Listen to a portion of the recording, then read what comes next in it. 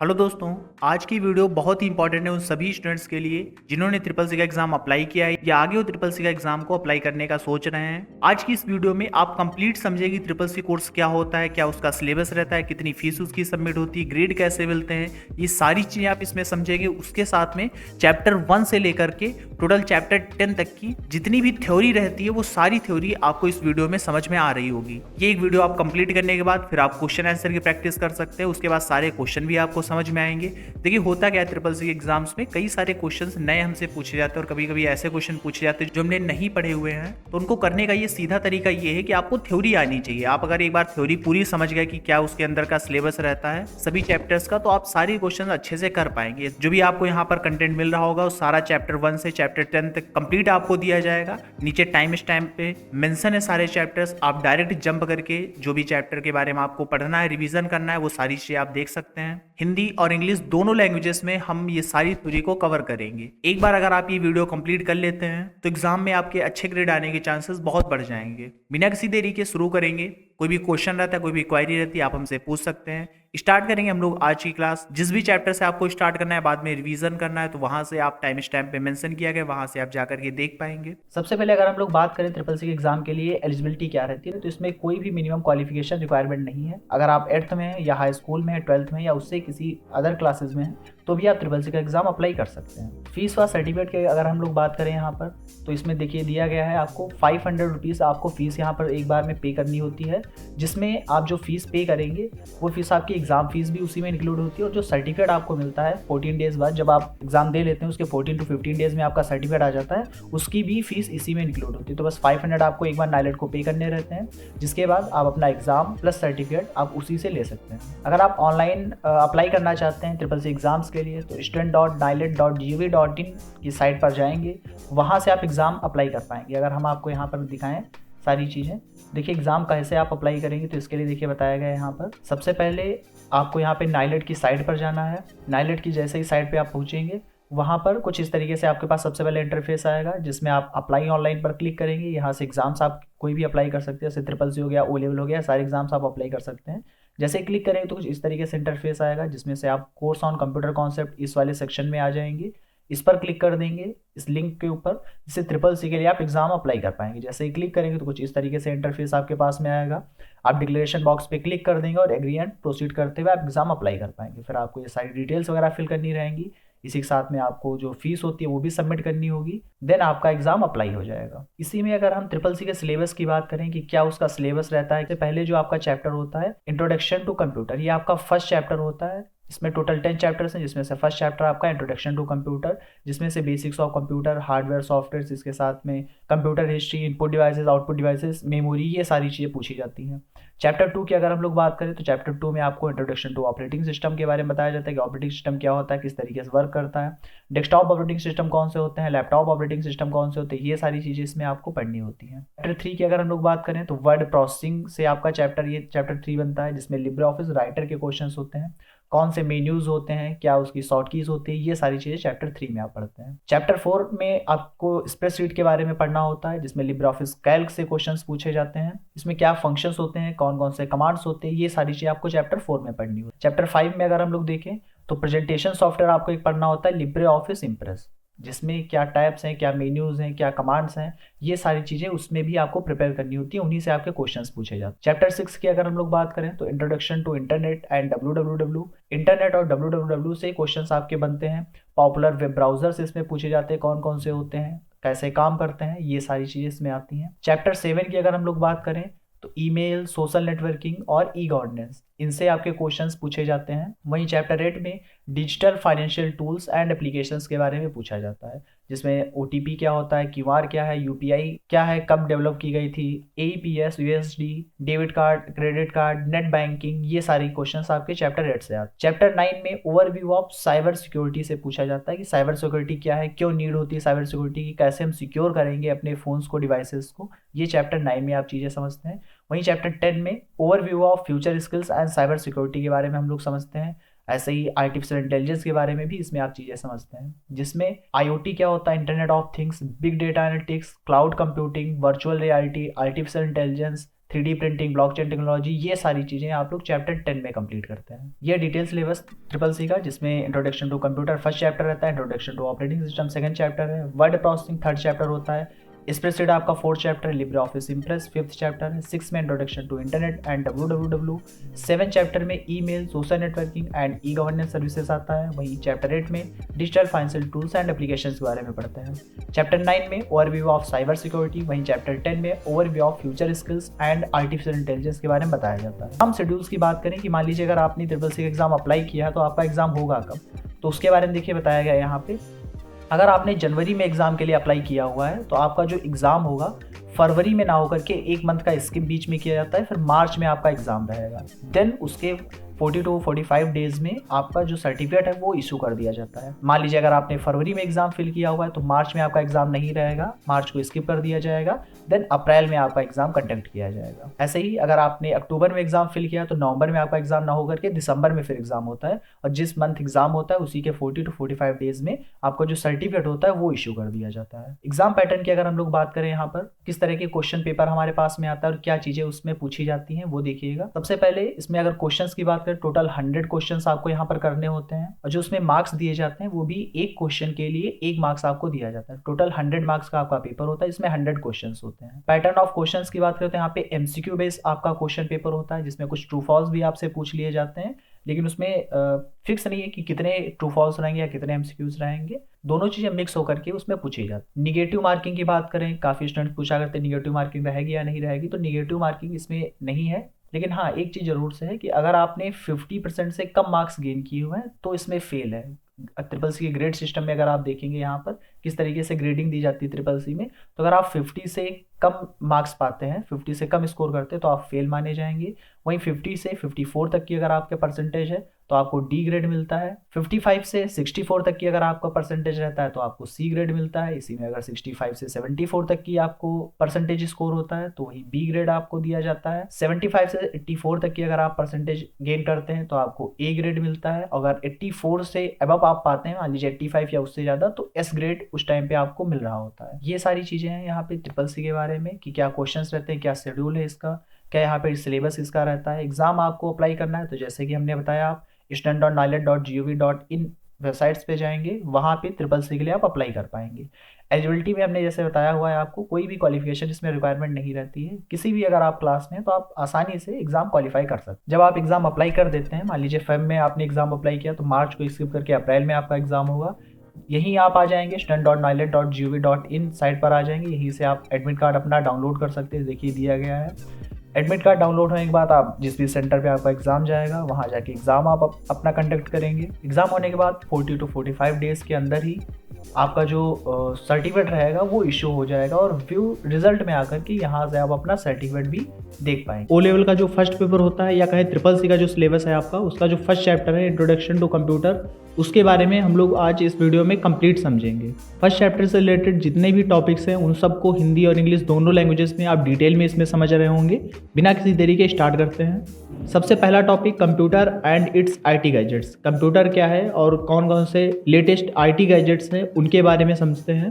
Computer क्या है, एक इलेक्ट्रॉनिक डिवाइस होती है जिसकी मदद से हम लोग अपने डेटा को प्रोसेस करते हैं, जिसकी मदद से हमें जो यूजफुल इंफॉर्मेशन है वो मिल सकती है। अब हमारे पास जो भी डेटा होगा कंप्यूटर क्या करेगा, उसको प्रोसेस करेगा और आपके अकॉर्डिंग जो आप इंफॉर्मेशन चाहते हो वो इंफॉर्मेशन आपको लेके देता है। कंप्यूटर कई सारे अलग अलग टास्क को कर सकता है, जिसमें से कैलकुलेशन करना, कई सारे अलग अलग नंबर्स के ऊपर कैलकुलेशन कर सकता है कंप्यूटर आपका, डेटा को स्टोर कर सकता है, और भी कई सारे अलग अलग टास्क को कंप्यूटर आपका परफॉर्म कर सकता है, इसलिए कंप्यूटर्स बनाए जाते हैं। कंप्यूटर की मदद से हम लोग डॉक्यूमेंट्स क्रिएट कर सकते हैं, उनको स्टोर करा सकते हैं, ब्राउजिंग कर सकते हैं, इंटरनेट पे सर्फिंग कर सकते हैं, अलग अलग इंटरनेट की साइट्स वगैरह देख सकते हैं, ईमेल वगैरह भेज सकते हैं, गेम्स वगैरह प्ले कर सकते हैं। ये सारे काम आप कंप्यूटर की मदद से कर सकते हैं। सिंपल अगर समझे तो कंप्यूटर एक आपकी इलेक्ट्रॉनिक डिवाइस होती है जिसकी मदद से हम लोग डेटा को प्रोसेस करते हैं और अपनी इंफॉर्मेशन उससे कलेक्ट करते हैं। नेक्स्ट समझते हैं आईटी गैजेट्स क्या होते हैं। तो आईटी गैजेट्स क्या हैं, जो हमारी लाइफ स्टाइल को और आसान बना दे। इंटरनेट टेक्नोलॉजीज की मदद से जो जो नए नए गैजेट्स बने हैं अलग अलग काम के लिए,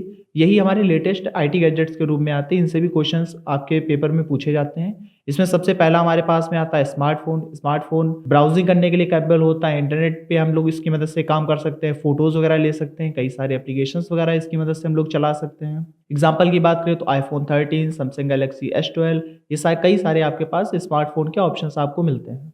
नेक्स्ट आईटी गैजेट की बात करें तो टेबलेट हमारे पास में आता है। टेबलेट एक मोबाइल फ़ोन की तरीके से ही होता है, लेकिन लैपटॉप से थोड़ा सा छोटा और मोबाइल की स्क्रीन से थोड़ा सा ये बड़ी स्क्रीन इसकी होती है। एग्जाम्पल में iPad Pro, Samsung Galaxy tab, ये सारे आपके इसके एग्जाम्पल्स होते हैं। ट्रिपल सी ओ लेवल में आपसे क्वेश्चन पूछा जाएगा तो कुछ ऑप्शंस आपको दिए जाएंगे, उसमें से पूछा जाएगा कि इनमें से बताइए कौन सा टेबलेट का एग्जाम्पल है और कौन से टेबलेट की एग्जाम्पल नहीं है, तो आपको उसमें से टिक करना होगा। नेक्स्ट आईटी गैजेट है हमारे पास में स्मार्ट वॉच। स्मार्ट वॉच भी एक तरीके का आईटी गैजेट है, जिसकी मदद से हम लोग हेल्थ मॉनिटरिंग कर सकते हैं, किस तरह की हेल्थ कंडीशन है वो पता कर सकते हैं, नोटिफिकेशन वगैरह देख सकते हैं इसकी मदद से। कॉलिंग वगैरह भी इसमें ऐड कर दी गई, जिसकी मदद से हम कॉलिंग वगैरह भी कर सकते हैं। एग्जाम्पल की बात करें तो एप्पल वॉच हमारे पास में एक स्मार्ट वॉच आ गई है। फिटबिट वर्सा, ये भी एक हमारे पास स्मार्ट वॉच है। ये दो एग्जाम्पल है स्मार्ट वॉचेस के, ऐसे ही और भी कई सारी स्मार्ट वॉचेस आपके पास में होती हैं। नेक्स्ट है वर्चुअल रियलिटी हेडसेट, VR। आपको एक गैजेट दिया जाता है जिसको आप आंखों के आगे लगा लेते हैं, जिसकी मदद से आप वर्चुअल रियलिटी में जा सकते हैं। आप देख पाएंगे वर्चुअली, वहाँ पे चीज़ें प्रेजेंट नहीं होगी लेकिन फिर भी आपको दिखाई दे रहा होगा कि ये चीज़ यहाँ पर रखी हुई है, आप उसको फील कर सकते हैं वर्चुअल रियलिटी की मदद से। इसके अगर एग्जाम्पल आप देखें, ओकुलस रिफ्ट, HTC Vive, ये सारे इसके एग्जाम्पल्स हैं। आईटी गैजेट्स में ही सबसे इंपॉर्टेंट हमारे पास एक और आता है internet of things. Internet of things क्या होता है?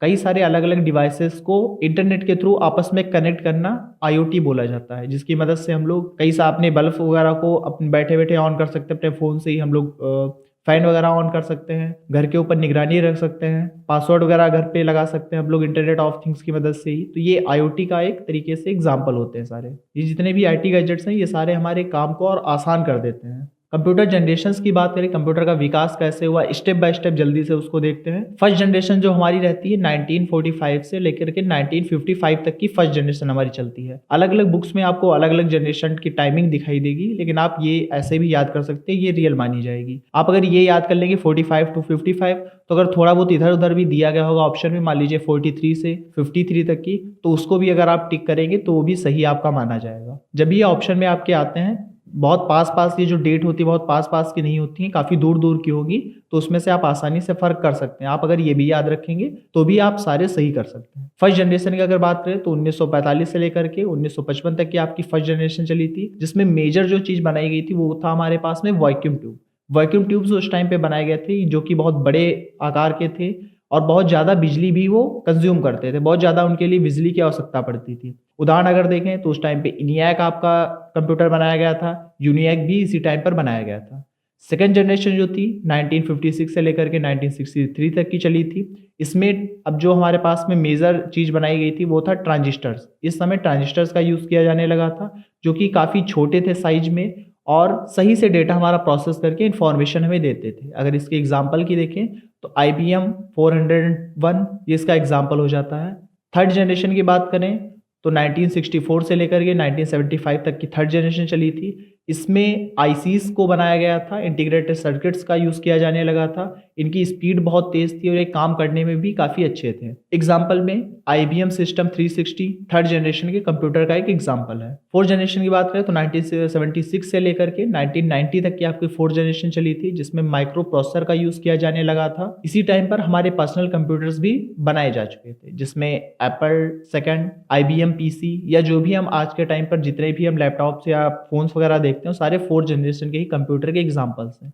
फिफ्थ जनरेशन में जो कि 1990 से अभी तक की चलती आ रही है, जिसमें AI वगैरह का यूज़ किया जाने लगा है, आर्टिफिशियल इंटेलिजेंस का, उसके साथ में मशीन लर्निंग का भी यूज़ किया जाने लगा है। एग्जाम्पल में वॉइस रिकॉग्निशन सिस्टम, जिसकी मदद से वो आवाज़ को पहचान सकता है, इमेज को रिकग्नाइज कर सकता है, ऐसे सिस्टम्स इसमें बनाए गए हैं। रोबोटिक्स इसमें और ऐड कर दी गई है। तो ये सारे हमारे फिफ्थ जनरेशन के कंप्यूटर्स हैं।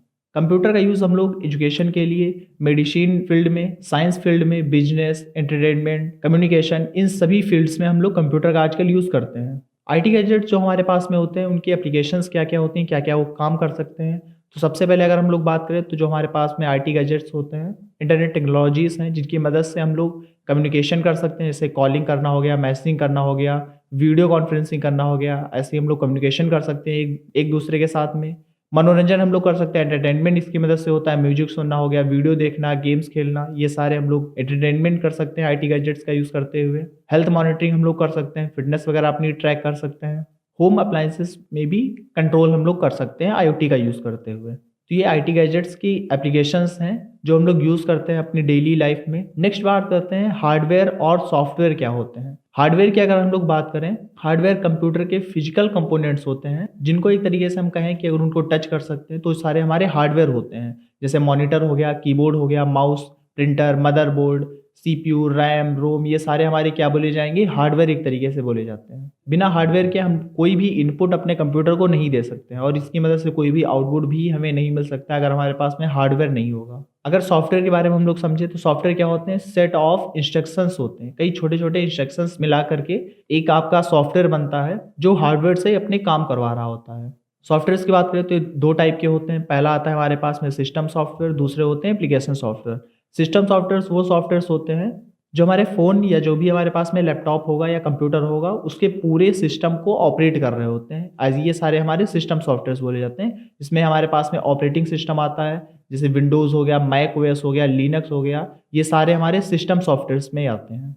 सेकंड जो हमारे पास में सॉफ्टवेयर होते हैं एप्लीकेशन सॉफ्टवेयर्स। एप्लीकेशन सॉफ्टवेयर किसी एक काम को करने के लिए, स्पेशलाइज्ड टास्क को करने के लिए डिज़ाइन किए जाते हैं। जैसे कि वर्ड को प्रोसेस करने के लिए वर्ड पैड वगैरह आपके पास में होती हैं, स्प्रेडशीट वगैरह बनाने के लिए एक्सेल वगैरह आप यूज़ करते हैं, मीडिया प्लेयर वगैरह हो गए, ये सारे हमारे क्या होते हैं, एप्लीकेशन सॉफ्टवेयर होते हैं जो किसी एक काम को करने के लिए बनाए जाते हैं। इसी में आपने सुना होगा सीपीयू। सीपीयू क्या होता है, सेंट्रल प्रोसेसिंग यूनिट, सबसे इंपॉर्टेंट पार्ट है कंप्यूटर का। इसके बिना कंप्यूटर आपका वर्क ही नहीं कर सकता है। सीपीयू जो हमारे पास में होता है वो कंप्यूटर का एक तरीके से माइंड बोला जाता है। कंप्यूटर का पूरा काम ही सीपीयू करता है। जो भी आप इनपुट देते हैं, मान लीजिए आपने कीबोर्ड या माउस की मदद से कोई इनपुट दिया तो सीपीयू के पास जाता है, उस पर प्रोसेसिंग होती है और सीपीयू ही बताता है कि इसको कहाँ पर हमें आउटपुट के रूप में दिखाना है। क्या हमें ऑडियो सुनानी है तो स्पीकर के पास में जाएगा, इमेज या वीडियो कुछ दिखानी है तो मॉनिटर के पास में जाएगा। ये चीज़ें भी सीपीयू ही सारी चीज़ें कंट्रोल करके बताता है। तो सीपीयू क्या है, ये कैलकुलेशंस भी सारी चीज़ों पर करता है, जो भी इंस्ट्रक्शंस उसको मिलते हैं उन पर कैलकुलेशन भी करता है और उसको प्रोसेस करके भी हमको आउटपुट के रूप में दिखाता है। जो हमारे पास सीपीयू होता है ये मेनली 3 तरीके से वर्क करता है, या कहें इसके 3 पार्ट्स होते हैं। पहला होता है एलयू, अरिथमेटिकल लॉजिकल यूनिट, जिसकी मदद से हम लोग कोई भी मैथमेटिकल जो हमारे पास में वर्क होता है या लॉजिकल ऑपरेशंस होते हैं उनको करते हैं। जैसे कुछ भी ऐड करना हो गया, सब्सट्रैक्ट करना हो गया, कंपैरिजन करना हो गया, तो ये सारे काम हम लोग एलयू की मदद से करते हैं। मेनली सीपीयू ही काम सारे करता है, लेकिन उसके जो पार्ट हैं एलयू, ये मैथमेटिकल और लॉजिकल ऑपरेशंस करता है। इसी में आता है सीयू हमारे पास में, कंट्रोल यूनिट, जिसकी मदद से सारी चीज़ें कंट्रोल की जाती है कि जो डेटा आया है कहाँ से आया है, कौन इसको प्रोसेस करेगा और कहाँ पर ये जाएगा, ये सारे काम सीयू करता है, कंट्रोल यूनिट हमारा करता है। नेक्स्ट आता है एमयू, रजिस्टर मेमोरी यूनिट। ये रजिस्टर्स जो हमारे पास में होते हैं उन्हीं को हम लोग मेमोरी यूनिट्स बोलते हैं, जिनमें टेम्परेरी रूप से हमारा डेटा स्टोर होता है। जैसे हमने कहा 2+2 ऐड होना चाहिए तो 2+2 सीयू जो हमारे पास कंट्रोल यूनिट होता है उसकी मदद से एमयू जो रजिस्टर्स होते हैं उनके पास पहले डेटा स्टोर होगा, फिर एलयू के पास में जाएगा, वहाँ पे डेटा को प्रोसेस किया जाएगा और वो आउटपुट के रूप में सीयू हमें आउटपुट उसका दिखा देगा। इस तरीके से आपका जो सीपीयू है ये वर्क करता है। तो आपको ये जो थ्योरी है ये पूरी समझ में आनी चाहिए। अगर आप अच्छे से इसको समझ जाएंगे तो कैसे भी इससे क्वेश्चंस बन रहे होंगे आप उनको अच्छे से कर पाएंगे। नेक्स्ट टॉपिक है हमारे पास में input and output devices. Input और आउटपुट डिवाइसेस क्या होती हैं, वो सारी डिवाइसेस हमारे पास में, वो सारे हार्डवेयर हमारे पास में जो डेटा सेंड करती हैं सीपीयू को, वो सारे हमारे इनपुट डिवाइसेस बोले जाते हैं। जैसे हमारे पास में हो गया keyboard, mouse, microphone, scanner, camera, ये सारे जो चीज़ें हैं ये डेटा को लेकर के इनपुट के रूप में सीपीयू को देती है और वहाँ से प्रोसेस होके आउटपुट के रूप में हमें दूसरी डिवाइसेस में मिलता है, जिनको हम लोग आउटपुट डिवाइसेस बोलते हैं। तो इनपुट डिवाइसेस सिंपल वो डिवाइसेस जिनकी मदद से डेटा सीपीयू के पास में जाता है, जिसमें कीबोर्ड, माउस, माइक्रोफोन, ये सारे इसके एग्जांपल्स हैं। आउटपुट डिवाइसेस की अगर हम लोग एग्जांपल के देखें तो मॉनिटर आपका हो गया, प्रिंटर, स्पीकर, हेडफोन, ये सारे आपके आउटपुट डिवाइसेस होती हैं, जिनकी मदद से जो डेटा प्रोसेस हो जाता है सीपीयू के पास में वो हमें दिखाई देता है आउटपुट के रूप में। आउटपुट डिवाइसेस ऐसे हार्डवेयर डिवाइसेस होते हैं जो डेटा को रिसीव करते हैं कंप्यूटर में प्रोसेस होने के बाद में और यूज़र को फिर वो प्रेजेंट करते हैं। ये सारे हमारे आउटपुट डिवाइसेस बोले जाते हैं। मेमोरी एंड स्टोरेज की बात करें यहाँ पर, तो कोई भी अगर आप काम करेंगे कंप्यूटर की मदद से या काम करवा रहे हैं कंप्यूटर की मदद से, तो आपके पास में मेमोरी उस कंप्यूटर के पास में होनी सबसे ज़्यादा ज़रूरी है। जब भी कोई आप डेटा देंगे कंप्यूटर को, तो पहले वो डेटा स्टोर करेगा कंप्यूटर, उसके बाद में उसको प्रोसेस करेगा और देन उसको एग्जीक्यूट करके आपको आंसर देगा। तो डेटा जब तक कि प्रोसेस हो रहा है तब तक वो कहीं ना कहीं तो स्टोर करके रखेगा। इसके लिए हमारे पास कंप्यूटर में मेमोरीज होती हैं, जिनका कंप्यूटर यूज़ करता है डेटा को स्टोर करने के लिए। कंप्यूटर मेमोरी दो टाइप की होती हैं। फर्स्ट है प्राइमरी मेमोरी, वो मेमोरी जिन पर जब भी डेटा कंप्यूटर के पास प्रोसेस होने के लिए जाता है तो कुछ टाइम के लिए वो कहीं पर स्टोर होकर के रहता है। इन्हीं को हम लोग प्राइमरी मेमोरीज बोलते हैं। प्राइमरी मेमोरी दो तरह की होती है। पहली होती है हमारी रैम, रैंडम एक्सेस मेमोरी। ये टेम्परेरी मेमोरी एक तरीके से होती है, जिनमें डेटा बहुत ज़्यादा देर के लिए नहीं रहता है। जब तक कि आप किसी काम कर रहे हैं, किसी डॉक्यूमेंट के ऊपर काम कर रहे हैं, तब तक कि डेटा आपका रैम के अंदर स्टोर रहेगा। जैसे ही आप कंप्यूटर को टर्न ऑफ कर देंगे, शट डाउन कर देंगे, वो डेटा वहाँ से इरेज हो जाएगा। जब भी आप कंप्यूटर को वापस से ऑन करेंगे तो जो आप काम कर रहे थे किसी डॉक्यूमेंट पे, वो वहाँ पर नहीं होगा। अगर आपने सेव किया है तो वो सेकेंडरी मेमोरी में स्टोर हो जाएगा, अदरवाइज वो प्राइमरी मेमोरी में आपके पास में नहीं रहेगा। नेक्स्ट आता है हमारे पास में रीड ओनली मेमोरी, रोम। ये भी प्राइमरी मेमोरी ही है, लेकिन यहाँ पर जो डेटा होता है वो परमानेंटली स्टोर रहता है। कुछ इंस्ट्रक्शंस होते हैं जो बायोस बूटिंग के वगैरह के हो गए, ये सारे यहाँ पर स्टोर करके रखे जाते हैं। जब भी आप सिस्टम अपना ओपन करते हैं, स्विच ऑन करते हैं, उस टाइम पे आप देखते हैं लोगो वगैरह दिखाई देता है, वो बूटिंग करके स्टार्ट होता है। कुछ वहाँ पर डेट टाइम वगैरह दिखाई देती है। तो ये जो सारी चीज़ें होती हैं रोम के अंदर स्टोर कराई जाती है, जो परमानेंटली यहाँ पर स्टोर रखती हैं चीज़ों को। दूसरे टाइप की हमारी मेमोरी होती है सेकेंडरी मेमोरीज। ये ऐसी मेमोरीज होती है जिनके अंदर डेटा जब भी हम चाहें स्टोर कर सकते हो, परमानेंटली स्टोर रहेगा जब तक हम उसको डिलीट नहीं करेंगे। इनका यूज़ करते हुए हम लोग डेटा को शेयर भी कर सकते हैं, जिसमें हमारे पास में आता है हार्ड डिस्क ड्राइव, HDD। ये मैग्नेटिक स्टोरेज डिवाइसेस होती है, मैग्नेट के फॉर्म में डेटा को स्टोर करती हैं। जितने भी आपके कंप्यूटर के अंदर फाइल या प्रोग्राम्स होते हैं वो HDD में ही स्टोर होते हैं। ऐसे ही आता है SSD हमारे पास में, सॉलिड स्टेट ड्राइव। ये फ्लैश मेमोरी पे काम करती हैं, जो कि काफ़ी फास्ट भी होती हैं। SSD वाले जो लैपटॉप्स होते हैं वो काफ़ी महंगे भी होते हैं, तो आजकल के जो मॉडर्न लैपटॉप्स हैं उसमें आपको SSD ही देखने को मिलेगा, जिसकी मदद से आप उसमें देखेंगे तो डेटा का एक्सेस, मतलब डेटा पे काम करना काफ़ी आसान होता है और बूटिंग उनकी काफ़ी आसान होती है। बहुत जल्दी ही वो ओपन और ऑफ भी हो जाते हैं। कुछ और अगर मेमोरीज़ की बात करें, सेकेंडरी मेमोरीज़ की बात करें, तो उसी में आती है USB फ्लैश ड्राइव। आप मेमोरी कार्ड लगाते हैं, वो USB ड्राइव्स आपके पास में होती हैं, जिनका यूज़ हम लोग करते हैं किसी भी डॉक्यूमेंट्स को एक जगह से दूसरे जगह ले जाने के लिए, मीडिया फाइल्स को इधर से उधर ले जाने के लिए। इन सब चीज़ों का हम लोग यूज़ करते हैं। नेक्स्ट इसी में आता है CD, DVD, जिन पर हम लोग मूवीज़ वगैरह देखते हैं, वीडियोज़ वगैरह चलाते हैं, म्यूज़िक वगैरह सुनते हैं।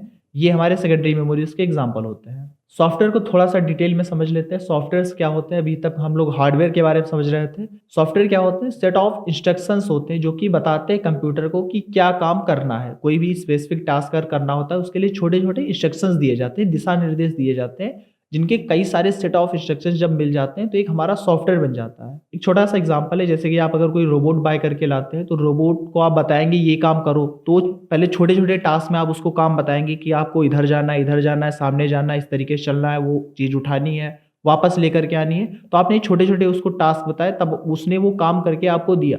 तो आपने कई सारे छोटे छोटे इंस्ट्रक्शंस दिए, यही होते हैं इंस्ट्रक्शंस। जब आपने कई सारे इंस्ट्रक्शंस दिए तो एक सॉफ्टवेयर बन गया कि आप बताएंगे रोबोट को अपने कि ये काम करो, वो काम करके आपको दे देगा। तो ये बोलेंगे कि एक सॉफ्टवेयर इसके अंदर इस तरीके का इसके अंदर आ चुका है। तो यही हमारा होता है सॉफ्टवेयर।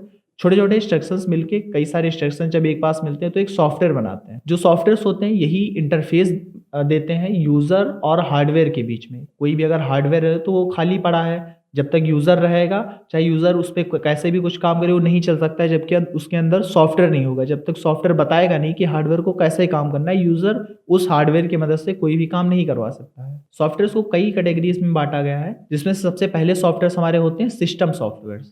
सिस्टम सॉफ्टवेयर वो सॉफ्टवेयर होते हैं जिनको डिज़ाइन किया जाता है हार्डवेयर को मैनेज करने के लिए, अलग अलग हार्डवेयर्स को मैनेज करने के लिए और उन पर अलग अलग एप्लीकेशंस को रन करने के लिए। ये हमारे होते हैं सिस्टम सॉफ्टवेयर्स। जैसे आपके पास में इंस्टाग्राम है, व्हाट्सअप है, कई सारे एप्लीकेशंस हैं, तो आप कैसे उन पर काम करेंगे? जैसे आपने क्लिक किया, कहा आपने डॉक्यूमेंट हमारा प्रिंट हो जाए, तो आपने प्रिंट करने के लिए एक ऐप ओपन की, तो उससे आप प्रिंट करेंगे, लेकिन प्रिंट करके तो प्रिंटर आपको देगा। तो इन दोनों को आपस में किसने कंबाइन किया, किसने एक एप्लीकेशन से प्रिंट करवा के डॉक्यूमेंट को प्रिंटर की मदद से दिया आपको, हार्डवेयर की मदद से आपको वो आउटपुट दिया, तो सिस्टम सॉफ्टवेयर इस चीज़ को मैनेज करते हैं। जो आपके पास में एप्लीकेशन होती हैं, छोटे-छोटे ऐप्स होते हैं, उनको और जो हार्डवेयर्स होते हैं, उनको आपस में कंबाइन करके मैनेज करने का काम सिस्टम सॉफ्टवेयर करते हैं। ऐसे ही आते हैं एप्लीकेशन सॉफ्टवेयर, जो कि किसी एक स्पेसिफिक काम के लिए डिज़ाइन किए जाते हैं। जैसे कि आपके पास व्हाट्सएप हो गया, इंस्टाग्राम हो गया फ़ोन में, ये सारे आपके एप्लीकेशन सॉफ्टवेयर के ही एग्ज़ाम्पल्स होते हैं।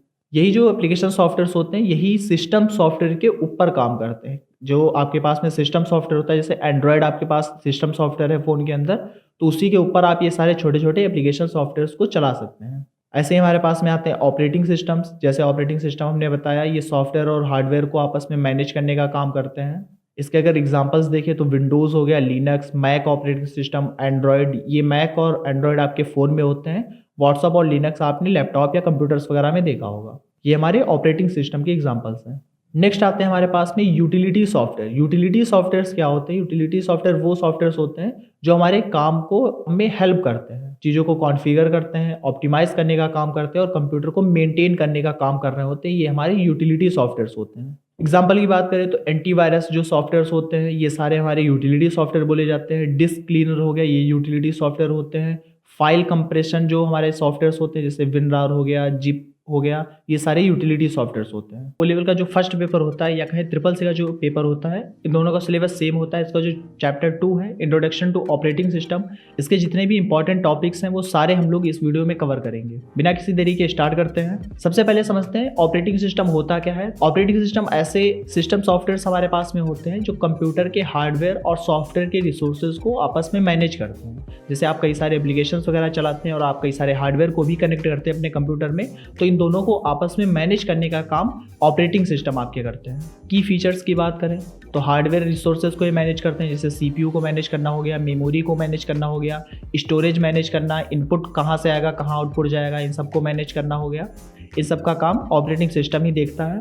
यूज़र के लिए इंटरफेस प्रोवाइड करना ऑपरेटिंग सिस्टम का काम होता है। अलग अलग एप्लीकेशंस को अच्छे से रन कराना कंप्यूटर के ऊपर, इनका ये भी काम हमारा ऑपरेटिंग सिस्टम ही सारे काम देख रहा होता है। ऑपरेटिंग सिस्टम की हिस्ट्री की अगर हम लोग बात करें तो 1950 में सबसे पहले बैच ऑपरेटिंग सिस्टम बनाया गया था, जो बैच प्रोसेसिंग करता था। जो हमारे पास में मेन फ्रेम कंप्यूटर्स होते थे उनके लिए सबसे पहले बनाया गया था। जो बैच प्रोसेसिंग हमारे पास ऑपरेटिंग सिस्टम कर रहा होता था, वो सबसे पहले ऑपरेटिंग सिस्टम 1950s के टाइम पर बनाया गया था। 1916 में टाइम शेयरिंग ऑपरेटिंग सिस्टम को बनाया गया, जो कि यूनिक्स पर काम कर रहे होते थे। 1969 में इसको बनाया गया था यूनिक्स, जो कि एक तरीके का टाइम शेयरिंग ऑपरेटिंग सिस्टम है। मतलब अलग अलग हार्डवेयर और सॉफ्टवेयर के साथ में टाइम को शेयर करके अलग कई सारे काम एक साथ कर सकता है। 90s 80s में आपके पास ग्राफिकल यूज़र इंटरफेस के ऑपरेटिंग सिस्टम बने थे।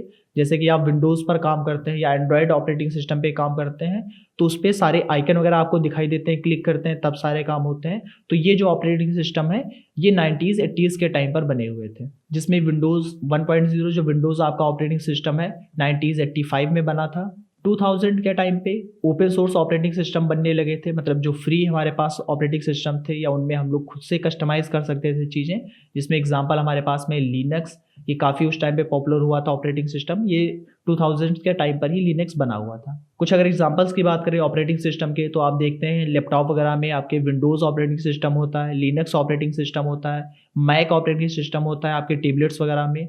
फ़ोन में आपने देखा होगा एंड्रॉयड ऑपरेटिंग सिस्टम होता है, ऐसे ही आई ऑपरेटिंग सिस्टम होता है आईफोन्स वगैरह में, इसीलिए उसको आईफोन बोलते हैं। ये आपके ऑपरेटिंग सिस्टम के एग्जांपल्स होते हैं।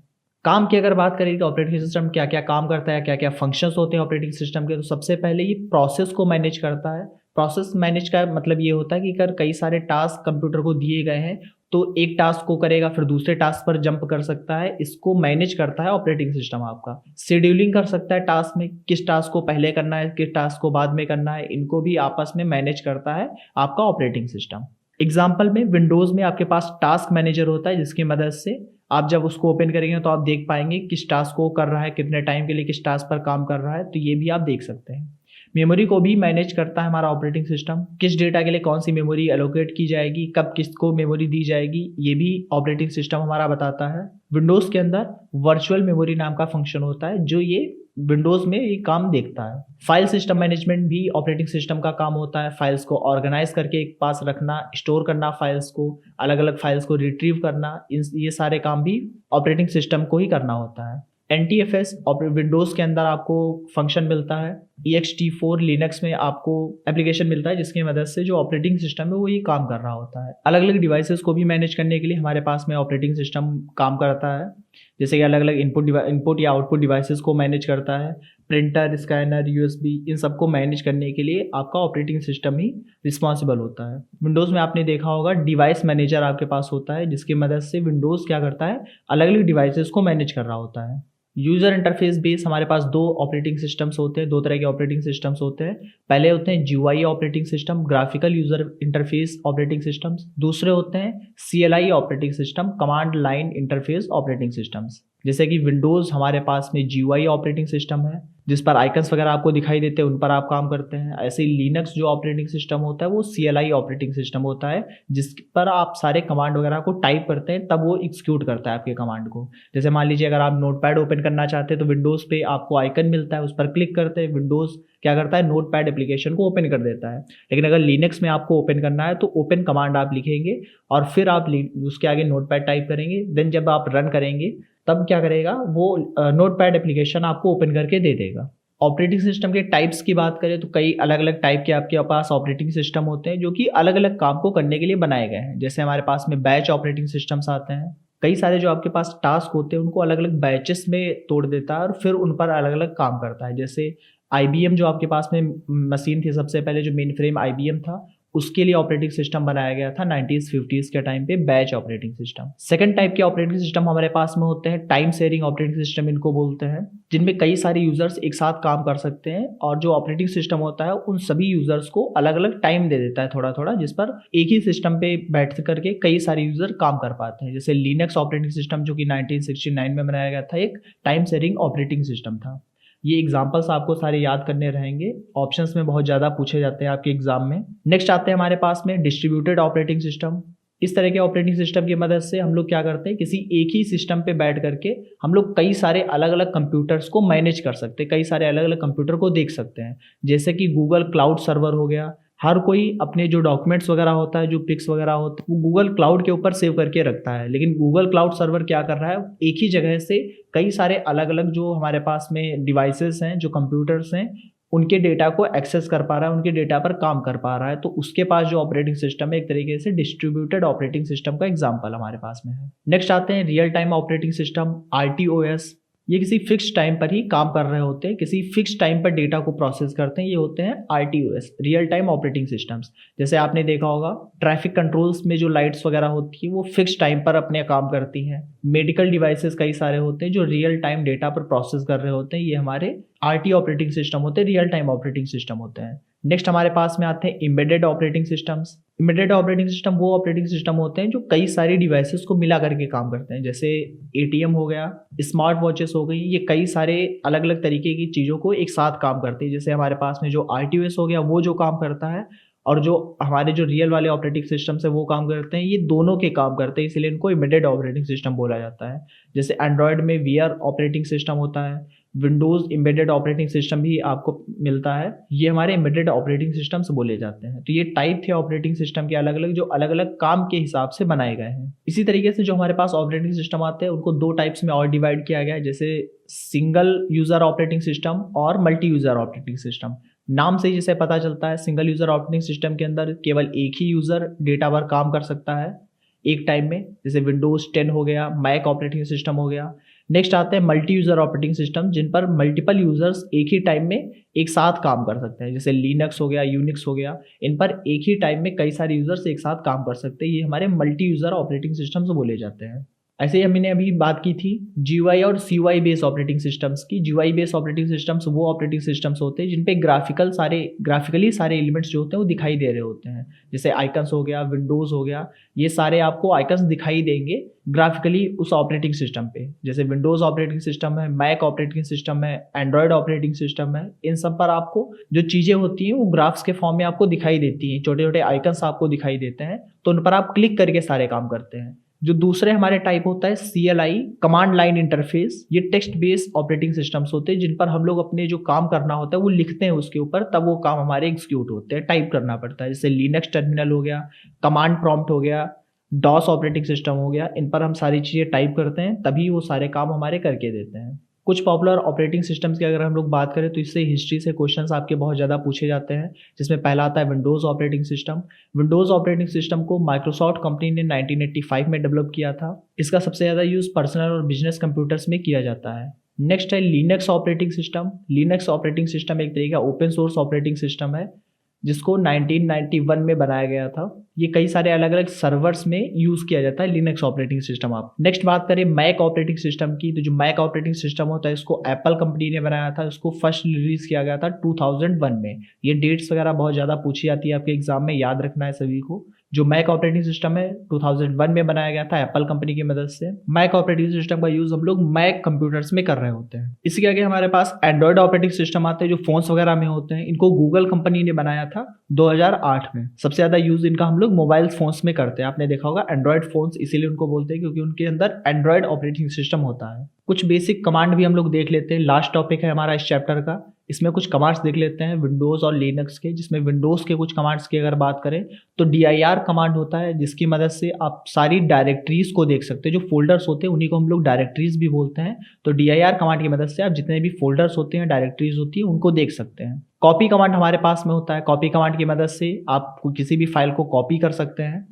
डेल कमांड हमारे पास में होता है। डेल कमांड की मदद से आप फाइल्स को डिलीट कर सकते हैं, जिस फाइल्स को आप डिलीट करना चाहें। ऐसे ही लिनक्स में कुछ कमांड्स हमारे पास में होते हैं, जिसमें ls कमांड होता है, जिसकी मदद से आप जो फाइल्स होती हैं उनकी लिस्ट आप पूरी देख सकते हैं। cp कमांड यूज़ करते हैं कॉपी करने के लिए फाइल्स को।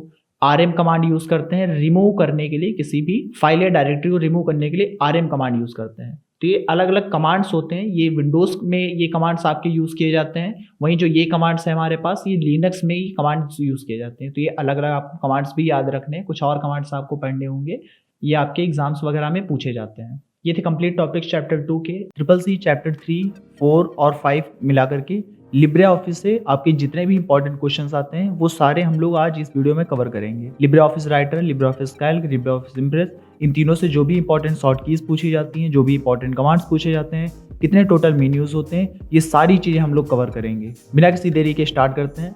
सबसे पहले जो मोस्ट इंपॉर्टेंट शॉर्ट कीज हैं चैप्टर 3 की, सबसे पहले उनकी हम लोग बात करते हैं यहाँ पे। तो देखिएगा सबसे पहली शॉर्ट की हमारे पास में कंट्रोल शिफ्ट पी। देखिए कंट्रोल पी के साथ में प्रिंट होता है, लेकिन कंट्रोल शिफ्ट पी अगर प्रेस करेंगे तो सुपर स्क्रिप्ट आपका जो टेक्स्ट होगा सुपर स्क्रिप्ट में आ जाएगा। जैसे कि x² + y² कुछ ऐसा लिखा होता है, उस तरीके से 2 की पावर में आ जाएंगी चीज़ें। कंट्रोल शिफ्ट बी अगर आप प्रेस करते हैं तो आप जो टेक्स्ट रहेगा उस सब स्क्रिप्ट में लिख करके आएगा। ऐसे ही अगर आपने कंट्रोल सी के साथ कुछ कॉपी किया हुआ है उसको पेस्ट करते हैं कंट्रोल वी से, लेकिन पेस्ट स्पेशल आपके पास एक होता है कंट्रोल शिफ्ट वी, जिसकी मदद से पेस्ट स्पेशल भी आप कर सकते हैं। इसमें से आप बता सकते हैं कि हम किस तरीके से चीज़ें पेस्ट करेंगे, क्या हम सिर्फ फार्मूला पेस्ट करेंगे या उसके अंदर की जो फॉर्मेटिंग है उसको पेस्ट करेंगे, या सिर्फ हम बिना फॉर्मेटिंग के टेक्स्ट अपना पेस्ट करेंगे, वो आप कंट्रोल शिफ्ट वी से करेंगे। कंट्रोल 1, कंट्रोल 2, कंट्रोल 3, इनकी मदद से आप हेडिंग 1, हेडिंग 2, हेडिंग 3 अप्लाई कर सकते हैं। ये शॉर्ट की होती है हेडिंग 1, हेडिंग 2, हेडिंग 3 के लिए कंट्रोल 1, कंट्रोल 2, कंट्रोल 3। तो ऐसे आप याद कर सकते हैं। कंट्रोल अल्ट के साथ में अगर आप पेज अप या पेज डाउन शॉर्ट की प्रेस करते हैं तो उसकी मदद से आप जिस पैराग्राफ पर कर्सर आपका होगा वो पूरा पैराग्राफ अपने ऊपर वाले पैराग्राफ के जगह पर आ जाएगा या नीचे पैराग्राफ की जगह पर आ जाएगा। अगर आपने अप या डाउन प्रेस किया तो उस तरीके से चीज़ें हो जाएंगी। कंट्रोल अल्ट पेज अप या पेज डाउन शॉर्ट की।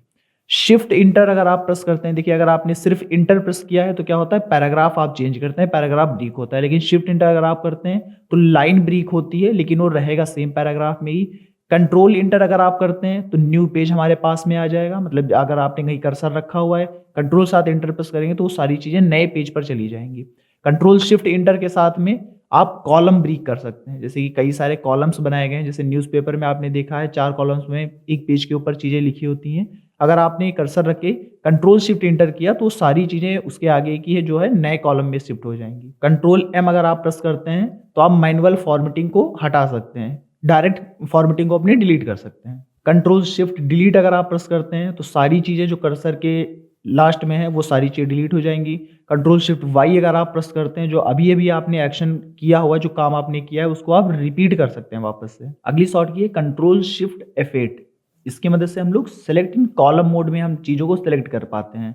क्या मतलब हुआ, अगर आप कोई लाइन सेलेक्ट करते हैं तो आपने यहाँ से लाइन सेलेक्ट की, वो यहाँ तक की आपकी लाइन सेलेक्ट हो जाती है। लेकिन अगर आप कॉलम मोड में आ जाएंगे, कंट्रोल शिफ्ट F8 प्रेस कर देंगे तो आप कॉलम मोड में चीज़ों को सेलेक्ट कर पाएंगे। जैसे कि एक कॉलम हमारा कुछ इस तरीके से सेलेक्ट होता है, आप उतना एरिया भी सिलेक्ट कर पाएंगे किसी पेज में से। अगर आपको ऑटो टेक्स्ट मैनेजर को ओपन करना है तो उसके लिए शॉर्ट की है कंट्रोल F3। ये सारी शॉर्ट कीज आपके लिए बहुत इंपॉर्टेंट है, यही सारी शॉर्ट कीज पूछी जाती है, इनसे बाहर आपसे एक भी शॉर्ट की नहीं पूछी जाएगी एग्जाम में, बस इतनी शॉर्ट कीज आपको कंप्लीट करनी है। कंट्रोल शिफ्ट F3 अगर आप प्रेस करते हैं तो ऑटो टेक्स्ट में आ जाएंगे, वहीं सिर्फ कंट्रोल F3 प्रेस करते हैं तो ओपन ऑटो टेक्स्ट मैनेजर आपका ओपन हो जाता है।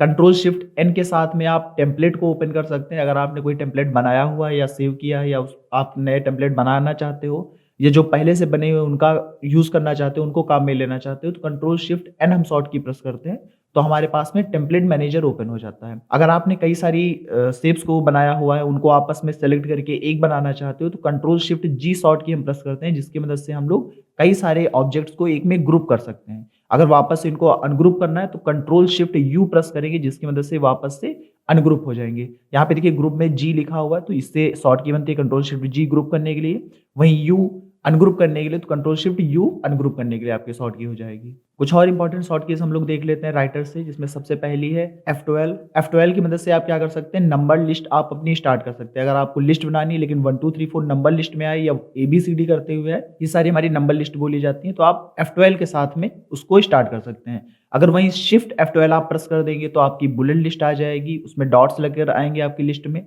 कंट्रोल शिफ्ट F12 अगर आप सारी कीज प्रेस कर देते हैं कंट्रोल शिफ्ट F12 तो बुलेट लिस्ट आपने ओपन की हो चाहे नंबर लिस्ट आपने ओपन की हो, वो दोनों ही लिस्ट आपकी ऑफ हो जाएंगी, उनको आप बंद कर सकते हैं। थोड़ा सा आपको कंफ्यूजन इसमें रहता है, यही पास शॉर्ट की मिलती है कंट्रोल F12, इसकी मदद से आप टेबल इंसर्ट कर सकते हैं, तो इसमें थोड़ा सा कंफ्यूजन रहता है। अगर आप सिर्फ F12 प्रेस करते हैं नंबर लिस्ट आएगी, shift F12 bullet list, control shift F12 bullet और नंबर लिस्ट दोनों ऑफ हो जाएंगी। वहीं अगर कंट्रोल F12 प्रेस करते हैं तो आप टेबल को इंसर्ट कर सकते हैं। ये आपको शॉर्ट कीज इतनी याद रखनी है। टोटल अगर लिब्रे ऑफिस राइटर के अंदर मेन्यूज की बात करें, टोटल 10 आपके पास में यहाँ पर मेन्यूज होते हैं, जिसमें सबसे पहला आपके पास मेन्यू आता है फाइल मेन्यू, फिर आता है एडिट मेन्यू, फिर होता है व्यू मेन्यू, फिर होता है इंसर्ट मेन्यू, ऐसे ही format menu, style menu, table menu, tools menu, windows menu और हेल्प मेन्यू, ये आपके पास में मेन्यूज आते हैं। पहले अगर मेन्यूज की बात करिए, आपसे क्वेश्चन पूछा जाता है कि राइटर के अंदर टोटल कितने मेन्यू होते हैं, तो आप बताएंगे टोटल 10 मेन्यूज होते हैं। ये चीजें हैं। ऐसे आपसे कोई एक कमांड पूछ दिया जाता है, बताइए फाइंड कमांड हमारा किस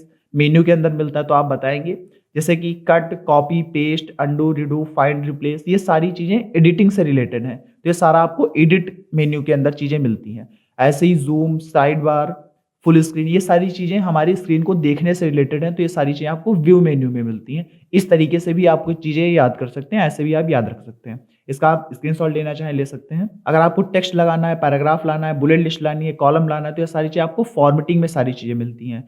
वहीं अगर पेज पर बाहर से अगर आप कुछ पेज पर लाना चाहते हैं तो वो सारा कुछ हमें इंसर्ट मेन्यू में मिलता है, जैसे इमेज हो गया, टेबल हो गई, चार्ट हो गई, हेडर फुटर, ये सारी चीजें हमें इंसर्ट मेन्यू में मिलेंगी। इंसर्ट का मतलब होता है कि बाहर से आप कुछ लाना चाहते हैं। ऐसे टेबल मेन्यू के अंदर आपको टेबल से रिलेटेड सारे काम मिलेंगे। टूल्स एक तरीके से आपने देखा होगा, जैसे गाड़ियों के लिए हमारे पास टूल किट होती है, जिसकी मदद से हम अपने काम को आसान कर सकते हैं। ऐसे ही अगर आप राइटर पे कुछ वर्क कर रहे हैं तो अपने काम को और आसान करने के लिए और बेहतर करने के लिए आप टूल्स मेन्यू में जो ये सारे कमांड्स मिलते हैं इनका यूज कर सकते हैं, जैसे स्पेल चेक हो गया, वर्ड काउंटर हो गया, मैक्रो हो गया, ऑटो करेक्ट हो गया, ये सारे काम हम लोग टूल्स मेन्यू से करते हैं।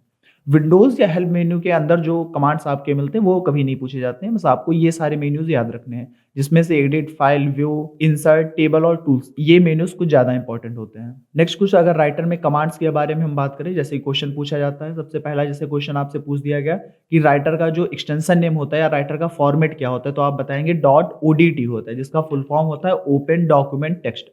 ओपन डॉक्यूमेंट इसका फुल फॉर्म होता है, ये राइटर का एक्सटेंशन नेम होता है। जब भी आप फाइल सेव करेंगे राइटर की तो उसके लास्ट में .odt वहां पर लगा हुआ आएगा, आपको पहले से मिल जाएगा। ऐसे अगर आपसे पूछा जाए कि अगर हम वर्ड काउंट करेंगे तो किस मेन्यू में हमें चीजें मिलेंगी, तो आप बताएंगे टूल्स मेन्यू में आप पहले जाएंगे, फिर वर्ड काउंट नाम के जो कमांड है उस पर आप क्लिक करेंगे, जिसकी वजह से आप वर्ड काउंट कर पाएंगे।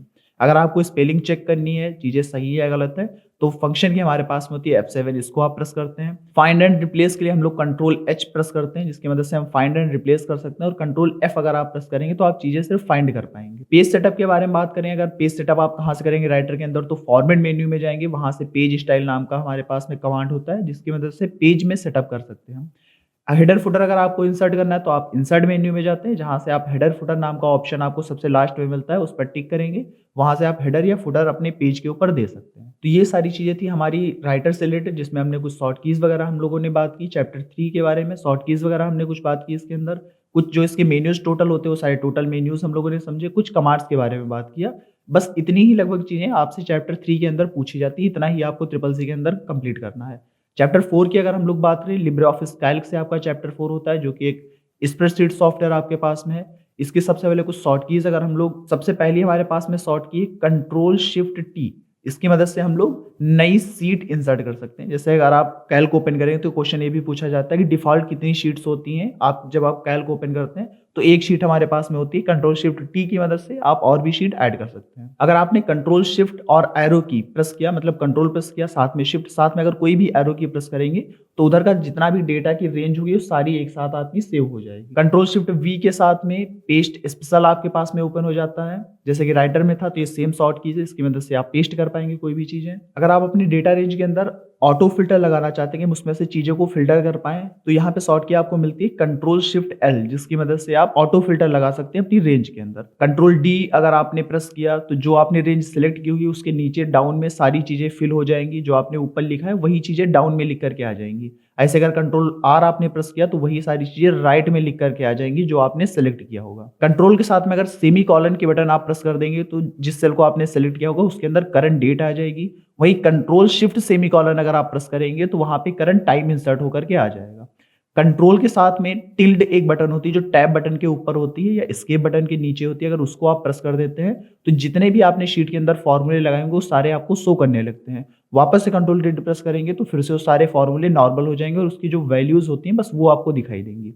अगर सिर्फ F2 फंक्शन की अगर आप प्रेस करते हैं, इसकी मदद से आप जो सेल होता है उसके एडिट मोड में चले जाते हैं, फिर सेल के अंदर कोई चेंजेस कर पाएंगे। अगर आप कोई फार्मूला लगा रहे हैं, आपने देखा होगा कुछ फार्मूले लगाते हैं उसको ड्रैग करते हैं तो सारे सेल हमारे आगे के ड्रैग होने लगते हैं। अगर आप F4 शॉर्ट की प्रेस कर देंगे तो जो आपने सेल सेलेक्ट किया होगा वो एब्सोल्यूट सेल बन जाएगा, मतलब वो फिर सेल चेंज नहीं होगा। अगर आपने A1 सेल को सेलेक्ट किया है फिर आपने ड्रैग किया उसको, तो A1 सेल को ही पकड़ के रखेगा, उसको चेंज नहीं करेगा बार बार। कॉलम हम सेलेक्ट करें तो जिस सेल पर आपने क्लिक कर्सर रखा होगा, सेलेक्ट किया होगा, उसकी पूरे कॉलम को सेलेक्ट करने के कंट्रोल के साथ में आप स्पेस प्रेस करेंगे जिससे पूरा कॉलम आपका सेलेक्ट हो जाएगा। शिफ्ट स्पेस अगर आप प्रेस करेंगे तो पूरी वो वाली रो आपकी सेलेक्ट हो जाएगी। मान लीजिए आपने कुछ डेटा बनाया हुआ है जिसमें कुछ रोज में कुछ कॉलम्स में आपका डेटा है, आप चाहते हैं पूरा डेटा एरिया एक साथ हम सेलेक्ट कर लें, तो कंट्रोल के साथ में जो एस्ट्रिक होता है उसको अगर आप क्लिक कर देंगे, इसकी मदद से जो करंट डेटा रेंज है वो पूरी एक साथ आपकी सेलेक्ट हो जाएगी। अल्ट के साथ में अगर डाउन एरो प्रेस करेंगे तो इसकी मदद से ड्रॉप डाउन लिस्ट आपके पास में आ जाती है फिल्टर कॉलम के अंदर, जिसमें बता देता है कि इस पूरे कॉलम में आपने कितनी चीजें लिखी हुई हैं, कितना डेटा आपने लिखा है। अगर आप नया कॉलम इंटर करना चाहते हो या रो नई ऐड करना चाहते हो तो कंट्रोल के साथ में प्लस बटन प्रेस करोगे, जिसकी मदद से हम नई रो या कॉलम को इंसर्ट कर सकते हैं। वहीं कंट्रोल माइनस प्रेस करते हुए आप किसी भी रो या कॉलम को डिलीट कर सकते हैं। जैसे कि राइटर में हमारे पास में शॉर्ट की थी कंट्रोल शिफ्ट एन, जिसकी मदद से टेम्पलेट आता था। यहाँ पर भी शॉर्ट की कंट्रोल शिफ्ट एन, जिसकी मदद से आप टेम्पलेट ओपन कर सकते हो। अगर आपने कुछ सेल्स को सिलेक्ट किया हुआ है, आप चाहते हैं उस सेल्स के अंदर हम नंबर को रखेंगे, नंबर की फॉर्मेटिंग होनी चाहिए, तो कंट्रोल शिफ्ट 1 प्रेस करेंगे। अगर आप चाहते हैं टाइम फॉर्मेटिंग होनी चाहिए, उस कॉलम में टाइम रखेंगे, कंट्रोल शिफ्ट 2 प्रेस करेंगे। डेट के लिए कंट्रोल शिफ्ट 3, करेंसी के लिए कंट्रोल शिफ्ट 4, परसेंटेज के लिए कंट्रोल शिफ्ट 5, और अगर एक्सपोनेंशियल वैल्यूज आप रखना चाहते हैं तो कंट्रोल प्लस शिफ्ट प्लस 6 आप वहां पर प्रेस करेंगे, जिसकी मदद से उस पूरी सेल के अंदर आप एक्सपोनेंशियल वैल्यूज को रख सकते हैं। तो ये आपकी शॉर्ट की होती है। आप ये इधर से ना याद करके अगर इधर से याद करें number, time, date, currency, percentage, exponent, तो आपको ये भी सीरीज जो इधर की सीरीज है ये भी याद रहेगी। टोटल मेन्यूज की अगर हम लोग बात करें, कैल्क और इंप्रेस में 11 मेन्यूज आपको देखने को मिलते हैं, जिसमें से file, edit, view, insert, format, style, ये तो सारे मेन्यूज हमें मिलते ही हैं। यहाँ पे शीट मेन्यू और डेटा मेन्यू, ये 2 मेन्यूज हमारे और बढ़ जाते हैं। वहीं जो राइटर में हमारे पास एक टेबल मेन्यू था वो हट जाता है, उसकी जगह पे ये 2 मेन्यूज हमारे पास ऐड हो जाते हैं, शीट और डेटा, जिसकी मदद से आपके टोटल 11 मेन्यूज हो जाते हैं। इसमें भी आपको सेम सारे वही कमांड मिलेंगे जो कि राइटर में मिल रहे थे। फाइल के अंदर वही ओपन, सेव, प्रिंट, एक्सपोर्ट, ये सारे कमांड मिलेंगे। एडिट मेन्यू में अंडू, रिडू, फाइंड, रिप्लेस, ये सारे कमांड आपको देखने को मिलते हैं। व्यू में आप जो सेल्स होते हैं उनको फ्रीज कर सकते हो, जूम जूम आउट कर सकते हो, ये सारे मेन्यूज मिलेंगे। इंसर्ट में आप इसमें रो ऐड कर सकते हो, कॉलम ऐड कर सकते हो, चार्ट, इमेज, ये सारी चीजें ऐड कर सकते हो। इंसर्ट मेन्यू में सारी चीजें आपको मिलेंगी। फॉर्मेट मेन्यू में आप सेल्स में फॉर्मेटिंग कर सकते हो, बॉर्डर वगैरह लगा सकते हो, कंडीशनल फॉर्मेटिंग आप कर सकते हो डेटा को लेकर के। तो ये आपको जो कमांड्स हैं ये फॉर्मेट मेन्यू में मिलते हैं। स्टाइल की में अगर बात करें स्टाइल मेन्यू में क्या चीज़ें आपको मिलती हैं, तो यहाँ पे मैनेज स्टाइल का ऑप्शन मिलता है, टेम्पलेट्स का ऑप्शन आपको स्टाइल मेन्यू में मिलता है। शीट नाम का जो नया हमारे पास में मेन्यू होता है, इसमें आप शीट को रीनेम कर सकते हो, डिलीट कर सकते हो, हाइड कर सकते हो, प्रोटेक्ट कर सकते हो। शीट को लेकर के जितने काम होते हैं वो सारे आप शीट मेन्यू के अंदर कर पाओगे। वहीं डेटा को लेकर के जो आपको काम करने रहते हैं, जैसे सॉर्टिंग हो गई, फिल्टर हो गया, हमें करना होता है, पाइवोट टेबल बनाना होता है, तो ये सारी चीज़ें आपको डेटा में मिलेंगी। टूल्स मेन्यू की अगर बात करें तो उसमें मैक्रो, स्पेल चेकिंग और सॉल्वर ये सारे आपको कमांड मिलते हैं। विंडोज़ और हेल्प ये 2 मेन्यूज़ और आपके पास में होते हैं, जिनसे क्वेश्चन इनके अंदर के कमांड से क्वेश्चन आपसे नहीं पूछा जाता। ऐसे कुछ कमांड्स की अगर हम लोग बात करें यहाँ पर, तो ऑप्शन हमें मिलता है ऑटो सम का। अगर आप चाहते हैं ऑटोमेटिकली सारी चीज़ें सम होकर के आपके पास आंसर आ जाए, कोई रेंज दी गई है, उसके नीचे वाले सेल पर आपने सेलेक्ट किया, अगर आप अल्ट के साथ में इक्वल बटन प्रेस कर दोगे तो क्या होगा, जितनी भी रेंज ऊपर दी है उन सब का जो सम हो जाएगा वो आपके पास में आंसर में आ जाएगा। अगर आप सेल को मर्ज करना चाहते हो, मतलब कई सारे सेल को मिला करके एक बनाना चाहते हो, तो आप फॉर्मेट मेन्यू में जाओगे, फिर मर्ज सेल्स का ऑप्शन मिलता है, वहां से आप सेल्स को मर्ज कर पाओगे। अगर आपको चार्ट इंसर्ट करनी है तो आप इंसर्ट मेन्यू में जाकर के चार्ट इंसर्ट कर पाएंगे। डेटा को सॉर्ट करना है, फिल्टर करना है, तो आप डेटा मेन्यू में जाओगे, वहां पे सॉर्ट और फिल्टर नाम के आपके पास कमांड्स होते हैं, जिसकी मदद से डेटा को आप सॉर्ट या फिल्टर कर सकते हो। कंडीशन अगर आपको अप्लाई करनी है, फॉर्मेट में जाएंगे, कंडीशनल फॉर्मेटिंग में जाएंगे, वहां से आप उसमें कंडीशनल फॉर्मेटिंग दे सकते हैं। लिब्रे ऑफिस कैल्क के अगर एक्सटेंशन नेम की बात करें तो उसका एक्सटेंशन नेम .ods होता है, जिसका फुल फॉर्म होता है ओपन डॉक्यूमेंट स्प्रेडशीट, क्योंकि स्प्रेडशीट प्रोग्राम है तो इसका फुल फॉर्म होता है ओपन डॉक्यूमेंट स्प्रेडशीट। वही राइटर का ओपन डॉक्यूमेंट टेक्स्ट, क्योंकि उस पर टेक्स्ट से रिलेटेड हम लोग काम करते हैं। इस जो भी हमने कैल्क में भी क्वेश्चंस देखे, जो हमने टॉपिक्स पढ़े, बस उतने ही आपको उसमें चीजें कंप्लीट करनी, उन्हीं से आपके पेपर में क्वेश्चंस आएंगे। चैप्टर 5 की अगर हम लोग बात करें तो लिब्रे ऑफिस इम्प्रेस से जो इंपॉर्टेंट शॉर्ट कीज पूछी जाती हैं, उसमें सबसे पहले कंट्रोल शिफ्ट एम, इसकी मदद से हमारे पास मास्टर स्लाइड ओपन हो जाती है, जहां से आप सारी स्लाइड्स पर काम कर सकते हो, उसमें चेंजेस कर सकते हो। कंट्रोल शिफ्ट पेज अप या पेज डाउन शॉर्ट की प्रेस करेंगे तो उसकी मदद से हम क्या कर सकते हैं कि जो स्लाइड्स हमारी होती है उनको एक स्लाइड के ऊपर या नीचे हम लोग लगा सकते हैं। जैसे कई सारी हमने स्लाइड्स बनाई हैं, हम चाहते हैं 5th नंबर की स्लाइड 4 नंबर पे पहुंच जाए, तो आप control shift page up short की प्रेस करोगे, जिससे कि आपकी जो स्लाइड है वो ऊपर या नीचे जा सकती है। कंट्रोल शिफ्ट अगर इंटर प्रेस करेंगे, इसकी मदद से आप डुप्लीकेट स्लाइड बना सकते हैं। कंट्रोल शिफ्ट जी की मदद से हम लोग ग्रुप कर सकते हैं कई सारे ऑब्जेक्ट्स में, जो कि राइटर में भी हमने पढ़ा था। वहीं कंट्रोल शिफ्ट यू की मदद से आप अनग्रुप भी कर पाएंगे। कंट्रोल शिफ्ट सी की मदद से आप फॉर्मेटिंग को कॉपी कर सकते हो। कंट्रोल शिफ्ट वी की मदद से हमारे पास में पेस्ट स्पेशल ओपन हो जाता है, जो कि राइटर में भी था। लेकिन कंट्रोल शिफ्ट सी जो ये हमारे पास शॉर्ट की है कॉपी करने की फॉर्मेटिंग को, ये शॉर्ट कीज हमारे पास नहीं है, जो कि सिर्फ इम्प्रेस में आपको देखने को मिलती है। आपने कोई स्लाइड बनाई हुई है कई सारी, अब आप चाहते हो कि हम स्लाइड्स को प्रेजेंट करें, प्रेजेंटेशन स्टार्ट करना चाहते हैं, तो आप F5 फंक्शन की प्रेस करोगे, जिसकी मदद से आप अपनी जो स्लाइड को शो है उसको स्टार्ट कर पाओगे। वहीं अगर आपने शिफ्ट F5 प्रेस किया तो इससे क्या होगा, जिस स्लाइड के ऊपर अभी आप होंगे, जिस पर काम कर रहे होंगे, वहां से आपकी स्लाइड ओपन होगी। लेकिन अगर आप सिर्फ F5 शॉर्ट की प्रेस करते हो, फंक्शन की प्रेस करेंगे सिर्फ F5, तो इससे क्या होगा, आपकी जो स्लाइड होगी बिल्कुल स्टार्टिंग से प्रेजेंट होना स्टार्ट होगी। इसी के साथ मान लीजिए अगर आपके पास में 4 स्लाइड आपने बनाई, अब आप उनको प्रेजेंटेशन के थ्रू आप दिखा रहे हैं, पहली स्लाइड चली, दूसरी स्लाइड चली, आप चाहते हो कि यहीं से क्लोज हो जाए, हम आगे की स्लाइड ना देख पाए, कोई चेंज करना है वो चेंज कर लें, तो एस्केप बटन आप प्रेस करोगे, जिसकी मदद से क्या होगा, जो स्लाइड शो है वो बंद हो जाएगा। सिंपल अगर आप पेज अप या पेज डाउन शॉर्ट की प्रेस करते हो, इससे आप पहली स्लाइड दूसरी स्लाइड पे जा सकते हो काम करने के लिए। कंट्रोल शिफ्ट टी अगर आप प्रेस करते हैं तो जो आपके पास में टेक्स्ट बॉक्स है उसकी फॉर्मेटिंग को आप रीसेट कर पाओगे। कंट्रोल शिफ्ट डी अगर आप प्रेस करते हैं तो डुप्लीकेट ऑब्जेक्ट्स आप बना पाएंगे। टोटल मेन्यूज की बात करें तो जैसे हमने बताया, लिब्रे ऑफिस के अंदर जो इम्प्रेस सॉफ्टवेयर उसमें टोटल आपको 10 मेन्यूज देखने को मिलते हैं, जिसमें पहला मेन्यू आपके पास में फाइल, फिर edit, view, insert, format, slide menu आपका इसमें ऐड हो जाता है, स्टाइल, टूल्स, विंडोज और हेल्प। इसमें सब में आपके वही कमांड्स होते हैं जो कि हम लोगों ने राइटर में हमारे पास में थे। स्लाइड जो मेन्यू है इसके अंदर layout, transition, slide transition, duplicate slide, ये सारे आपके जो कमांड्स हैं ये एक्स्ट्रा इसके अंदर ऐड हो जाते हैं। कुछ अगर क्वेश्चंस की हम लोग बात करें लिब्रे ऑफिस इम्प्रेस से रिलेटेड, तो कंट्रोल एम की मदद से हम लोग नई स्लाइड ला सकते हैं। अगर आपको स्लाइड में ट्रांजिशन अप्लाई करना है तो आप स्लाइड्स में जाएंगे, फिर स्लाइड ट्रांजिशन ऑप्शन मिलता है, वहां जाकर के आप स्लाइड्स में ट्रांजिशन अप्लाई कर सकते हैं। अगर आपको लेआउट चेंज करना है तो आप स्लाइड में जाएँगे, फिर लेआउट ऑप्शन मिलता है, वहाँ से आप लेआउट चेंज कर सकते हैं। अगर आपको टेबल या चार्ट इंसर्ट करनी है तो सिंपली आप इंसर्ट मेन्यू में जाएँगे, वहाँ से टेबल या चार्ट आप इंसर्ट कर पाएँगे। अगर आपको स्लाइड शो स्टार्ट करना है तो आप जो फंक्शन की होती है F5 उसको प्रेस करेंगे, जिसकी मदद से स्लाइड शो स्टार्ट हो जाएगी। अगर इसके एक्सटेंशन नेम की बात करें तो ODP ओपन डॉक्यूमेंट प्रेजेंटेशन इसका एक्सटेंशन नेम होता है। में हम लोगों ने Libre Office impress, Libre Office Writer, Libre Office Calc के जितने भी इंपॉर्टेंट शॉर्ट कीज़ हैं, कमांड्स हैं, मेन्यूज़ हैं और जो कुछ क्वेश्चंस बनते हैं, उनको हम लोगों ने समझा हुआ है। अगर आपको किसी भी और टॉपिक पे वीडियो चाहिए तो आप कमेंट बॉक्स में बता सकते हैं। आज की इस वीडियो में ट्रिपल सी या फिर ओ लेवल का जो फर्स्ट पेपर होता है उसका जो चैप्टर 6 है, introduction to internet and W, इस चैप्टर के जितने भी टॉपिक्स हैं वो सारे हम लोग आज इस वीडियो में समझेंगे। हिंदी और इंग्लिश दोनों में आपको लैंग्वेज मिलेगी। सारे ही टॉपिक्स हम लोग इस वीडियो में कवर करेंगे। किसी भी एग्जाम में अगर आप पार्टिसिपेट करना चाहते हैं, किसी भी एग्जाम को अगर आप दे रहे हैं तो सबसे पहले उसके जो टॉपिक्स होते हैं सारे चैप्टर्स के, वो आपको अच्छे से आने चाहिए। अगर वो आपने बढ़िया से कंप्लीट कर लिए फिर आप क्वेश्चन आंसर कंप्लीट कर सकते हैं। देखिए, क्वेश्चन आंसर एक लिमिट से ज़्यादा आप नहीं पढ़ सकते हैं, लेकिन अगर टॉपिक आपको पता होगा तो उससे रिलेट में कोई भी अगर क्वेश्चन पूछा जाएगा तो वो आप कर पाएंगे। फिर ट्रिपल सी और ओ लेवल में भी, क्योंकि ऑप्शन वाले सारे क्वेश्चंस होते हैं, आप उसमें ऑप्शन दिए होते हैं, फिर आप टिक करेंगे तो आसानी रहती है कि अगर आपने टॉपिक अच्छे से समझ लिया तो फिर आप उसमें जो भी ऑप्शंस होगा आप सही उसमें टिक कर पाएंगे। चलिए स्टार्ट करते हैं आज की क्लास। इंटरनेट, डब्ल्यू, ये सारी चीज़ें हम लोग इस चैप्टर में पढ़ेंगे, लेकिन सबसे पहले समझते हैं कि कंप्यूटर नेटवर्किंग क्या होती है। कंप्यूटर नेटवर्किंग क्या होती है, तो जैसे बताया इसमें गया है, कंप्यूटर नेटवर्किंग क्या है, दो या दो से अधिक कंप्यूटर्स को आपस में जोड़ना ताकि वो क्या कर सके, अपने डेटा को एक से दूसरी जगह भेज सके, फाइल्स को ट्रांसफर कर सके, इन सब चीज़ों का यूज़ कर सके। इसी को हम लोग कंप्यूटर नेटवर्किंग बोलते हैं। दो अगर आपके पास डिवाइसेस है, कंप्यूटर डिवाइसेस हैं, तो उनको आपस में आप कनेक्ट कर दें, जिसकी मदद से वो डेटा एक कंप्यूटर से दूसरे कंप्यूटर में भेज पाएँ, फाइल्स वगैरह एक कंप्यूटर से दूसरे कंप्यूटर में भेज पाएँ। यही हमारा क्या बोला जाएगा, कंप्यूटर नेटवर्किंग बोला जाएगा।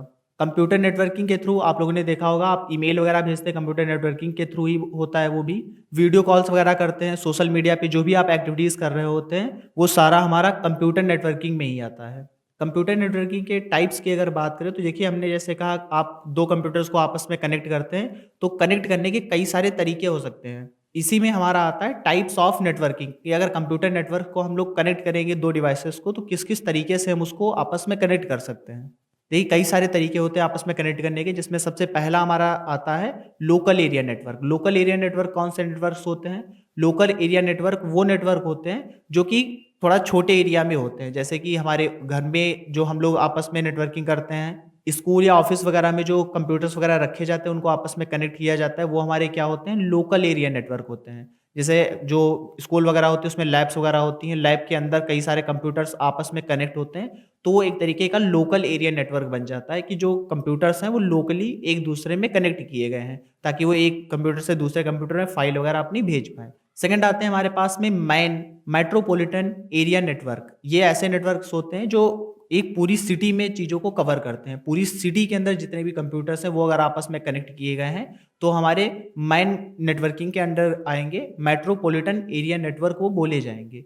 एग्जाम्पल में जैसे केबल टीवी के नेटवर्क्स हो गए, आपने देखा होगा डिश टीवी या केबल टीवी के जो नेटवर्क्स होते हैं वो पूरे सिटी के अंदर फैलाए जाते हैं, जिसके मदद से आप चैनल वगैरह अलग अलग देख सकते हैं। वाईफाई वगैरह की जो चैनल होती हैं चीज़ें, वो भी हमारा मेट्रोपॉलिटन एरिया नेटवर्क में ही आते हैं। फिर हमारे होते हैं वैन networks, wide area networks. Wide area networks वो नेटवर्क्स एक तरीके से हैं जो कई सारी अलग अलग कंट्रीज को आपस में कनेक्ट करेंगी, वो हमारे वैन नेटवर्किंग के अंदर आएंगे, वाइड एरिया नेटवर्क के अंदर आएंगे। एग्जाम्पल में जैसे आपका इंटरनेट हो गया, इंटरनेट एक तरीके क्या है, वाइल्ड एरिया नेटवर्क का एक एग्जाम्पल है।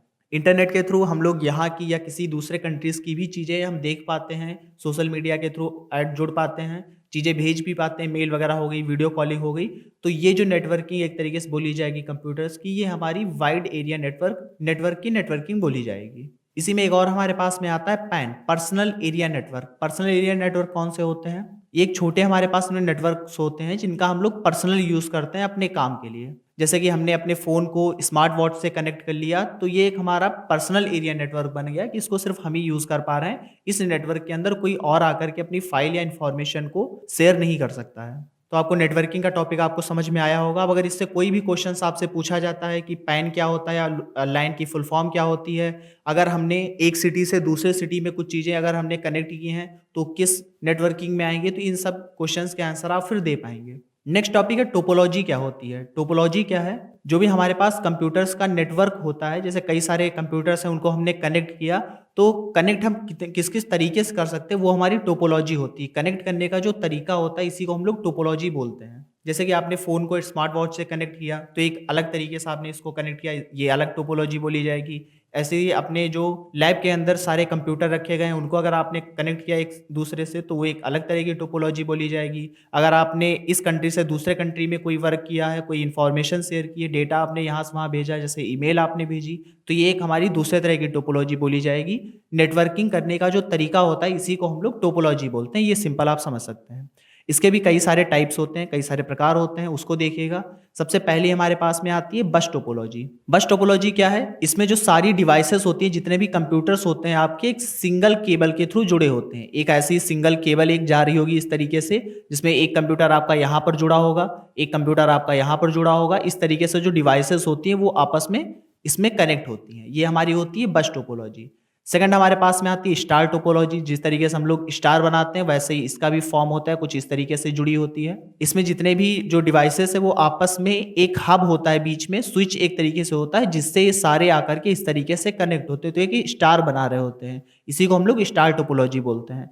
फिर हमारे पास में आती है रिंग टोपोलॉजी। इसमें जितने भी हमारे डिवाइसेस होते हैं वो सारे एक सर्कल के मैनर में कनेक्ट होते हैं। कुछ इस तरीके से आपके पास में रिंग टोपोलॉजी होगी, इस तरीके से बनी होगी, जिसके अंदर मान लीजिए ये मेन आपका यहाँ पर हब रखा होगा और फिर सारे जो यहाँ पे डिवाइसेस है वो यहाँ पर कनेक्ट होंगे इस तरीके से। इसमें ये भी एक क्वेश्चन आपका आता है कि किस टोपोलॉजी में अगर एक तरफ का कनेक्शन टूट जाता है तो बाकी तरफ के जो कंप्यूटर्स हैं वो चलते रहते हैं, तो ये हमारा रिंग टोपोलॉजी में होता है। जैसे इसमें अगर यहाँ से कनेक्शन अगर इसका टूट जाएगा तो इधर के जितने भी डिवाइसेस है ये सारे हमारे चलते रहेंगे।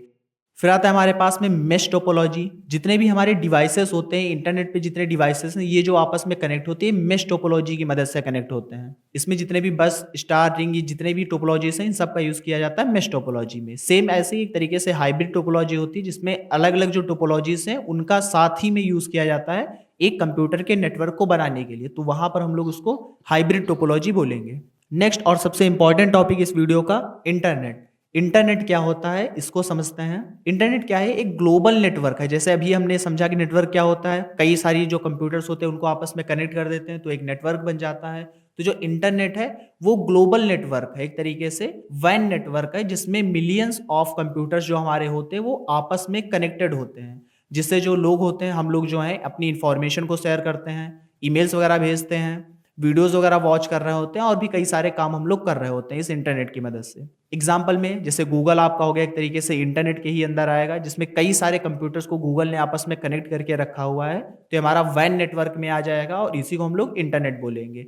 फेसबुक भी हमारा हो गया, इंटरनेट के अंडर ही आएगा। यूट्यूब हो गया, या और भी जो इंटरनेट के थ्रू चीज़ें जुड़ी होती हैं सारी इंटरनेट में ही आएंगी। इसी में एक और टर्म हमारे पास में आता है WWW।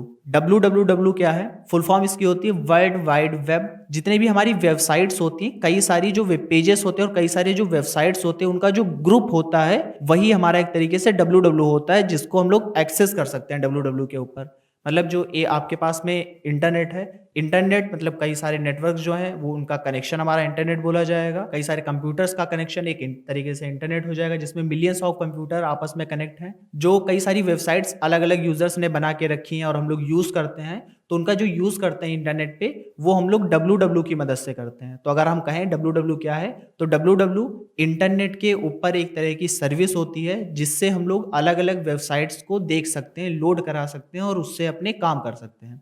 एग्जाम्पल में जैसे विकीपीडिया हो गया, ये भी एक WWW का एग्जाम्पल है। एक वेबसाइट जैसे विकीपीडिया वेबसाइट हो गई, या हम लोग ऑनलाइन शॉपिंग करते हैं, तो ये कई सारी वेबसाइट्स होती हैं, कई सारे वेब पेजेस होते हैं जो कि कोडिंग की मदद से बनाए जाते हैं, और उनका हम लोग यूज़ कैसे करते हैं, तो WWW सर्विस का यूज़ करते हुए इन सारी सर्विसेज का हम लोग यूज़ करते हैं। आई होप आपको ये सारे टॉपिक समझ में आए होंगे। बढ़ते हैं अगले टॉपिक की तरफ। नेक्स्ट है हमारे पास में IP एड्रेस। IP एड्रेस क्या होता है? तो IP का फुल फॉर्म होता है इंटरनेट प्रोटोकॉल। IP एड्रेस क्या है? एक यूनिक नंबर होता है। जैसे कि हर जो जितने भी घर होते हैं उन सबके अलग अलग नंबर दिए गए होते हैं कि इस घर का नंबर ये है, ये एड्रेस है। तो जितने भी हमारे पास डिवाइसेस होती है, जितने कंप्यूटर होते हैं इंटरनेट पे, जितने भी हमारे पास डिवाइस है, मिलियंस ऑफ जैसे डिवाइसेस कनेक्ट होते हैं इंटरनेट में, तो इंटरनेट में जितने भी डिवाइसेस कनेक्ट होते हैं उन सभी को एक यूनिक नंबर दिया जाता है, ताकि हम उस डिवाइस को पहचान पाए इंटरनेट के ऊपर। इसी को हम लोग क्या बोलते हैं, आईपी एड्रेस, उस डिवाइस का आईपी एड्रेस बोलते हैं। जैसे कि हमने भी कहा, जितने भी घर होते हैं, जैसे आपका घर है, किसी और का घर है, तो उसका एक एड्रेस होता है, उस घर का नंबर होगा, गली का नंबर होगा, उस सिटी का नंबर होगा, जिसकी मदद से हम इस कंट्री के अंदर उस घर को ढूंढ सकते हैं। ऐसे ही इंटरनेट के ऊपर अगर आपको किसी कंप्यूटर को, किसी डिवाइस को ढूंढना है, उस पर इंफॉर्मेशन कोई भेजनी है, उससे बात करनी है, उससे कोई डेटा कलेक्ट करना है, तो उसका भी हमें एड्रेस पता होना चाहिए। इसी को हम लोग आईपी एड्रेस बोलते हैं। हर डिवाइस का एक यूनिक आईपी एड्रेस होता है। नेक्स्ट समझते हैं इंटरनेट प्रोटोकॉल्स क्या होते हैं। इंटरनेट प्रोटोकॉल क्या होते हैं, सेट ऑफ रूल्स हमारे इंटरनेट प्रोटोकॉल्स होते हैं। जैसे कि आप एक घर से दूसरे घर में जाते हैं तो कई सारे आपको रूल फॉलो करने होते हैं कि आप यहाँ से पहले एक स्टेशन पर जाएंगे, वहां से आप कोई सवारी लेंगे, दूसरी जगह जाएंगे, वहां से गली में होते हुए आप उस घर तक जाएंगे। तो ये आपने एक रूल आपको सेट है कि ऐसे ऐसे जाएंगे तभी आप वहां तक पहुंचेंगे। ऐसे ही इंटरनेट के ऊपर भी अगर आप एक कंप्यूटर से दूसरे कंप्यूटर में कोई डेटा भेज रहे हैं या उससे कोई डेटा ले रहे हैं तो उसके लिए भी कई सारे रूल बनाए गए हैं। इसी को हम लोग आईपी बोलते हैं, इंटरनेट प्रोटोकॉल्स इसी को हम लोग बोलते हैं, जो क्या है, सेट ऑफ रूल्स है। कई सारे सेट्स का एक रूल होता है आईपी हमारा इंटरनेट प्रोटोकॉल, जो कि डिफाइन करता है, हमें बताता है कि कोई भी डेटा कैसे भेजा जाएगा, कोई भी डेटा कैसे रिसीव किया जाएगा इंटरनेट के ऊपर। और जो प्रोटोकॉल्स होते हैं यही सुनिश्चित करते हैं, यही बताते हैं कि कोई भी मैसेज है वो सही जगह पर पहुंचा है कि नहीं। ये सारे काम जो होते हैं ये हमारे प्रोटोकॉल्स ही कर रहे होते हैं। अब प्रोटोकॉल भी कई तरह के होते हैं, एग्जाम्पल के साथ में उनको देखते हैं। सबसे पहला प्रोटोकॉल हमारे पास में है HTTP, hyper text transfer protocol. अगर आप कोई टेक्स्ट टाइप करते हैं, कोई फाइल आपने बनाई टेक्स्ट वाली, अगर उसको एक जगह से दूसरी जगह भेजेंगे तो आप HTTP जो प्रोटोकॉल है, जो ये रूल्स होते हैं, इस रूल के तहत आप उस फाइल को भेजेंगे तभी वो चीज़ दूसरे डिवाइस पे पहुंचेगी। ऐसे ही हमारा आता है FTP, फाइल ट्रांसफर प्रोटोकॉल। अगर आपको एक फाइल एक कंप्यूटर से दूसरे कंप्यूटर में जब आप भेजते हैं तो कुछ रूल्स उसमें डिसाइड होते हैं, तभी तो आपने यहाँ से कोई PDF भेजी, वो दूसरी डिवाइस पर पहुंच गई जिस पे आपने बताया था, उस पे कैसे पहुंच गई। आपने FTP प्रोटोकॉल का यूज किया, जिसकी मदद से FTP के अंदर सारी चीजें होती है पहले से कि हाँ हमें यहाँ से यहाँ जाना है और इस जगह पर फाइलें पहुंचा देनी है, तो आपने उसी का यूज करके वो फाइल सेंड की। इसी में आता है TCP/IP, ट्रांसमिशन कंट्रोल प्रोटोकॉल और इंटरनेट प्रोटोकॉल। इंटरनेट पे जितने हम लोग काम करते हैं वो सारी चीजें TCP/IP के कंट्रोल के अकॉर्डिंग ही हम लोग सारे काम कर रहे होते हैं। ऐसे हमारे पास में आता है SMTP, simple mail transfer protocol. जब भी आप मेल वगैरह एक जगह दूसरे जगह ट्रांसफर करते हैं उस समय हम लोग SMTP इस प्रोटोकॉल का यूज करते हैं। फिर आता है HTTPS, hyper text transfer protocol secure. ये हमारा HTTP है, ये जो है HTTP ही है, लेकिन ये सिक्योर हमारा डेटा को ट्रांसफर करेगा। कभी भी आप किसी साइट पर जाते हैं, अगर आप वहां पे फॉर्म वगैरह फिल कर रहे हैं तो आप सबसे पहले देखिए उस पे सबसे ऊपर लिखा होता है HTTPS:// फिर उसके आगे URL लिखा होगा। तो जो HTTP होता है वो सिक्योर नहीं है साइट, अगर उसके लास्ट में S लगा हुआ है, HTTPS है, तो वो आपकी साइट सिक्योर होती है। फिर आता है IMAP, internet message access protocol. जब भी आप मैसेज के थ्रू कोई पर बात करते हैं तो वो हमारा IMAP प्रोटोकॉल के तहत मैसेज एक डिवाइस से दूसरी डिवाइस में जाते हैं। नेक्स्ट आता है POP3, post office protocol version 3।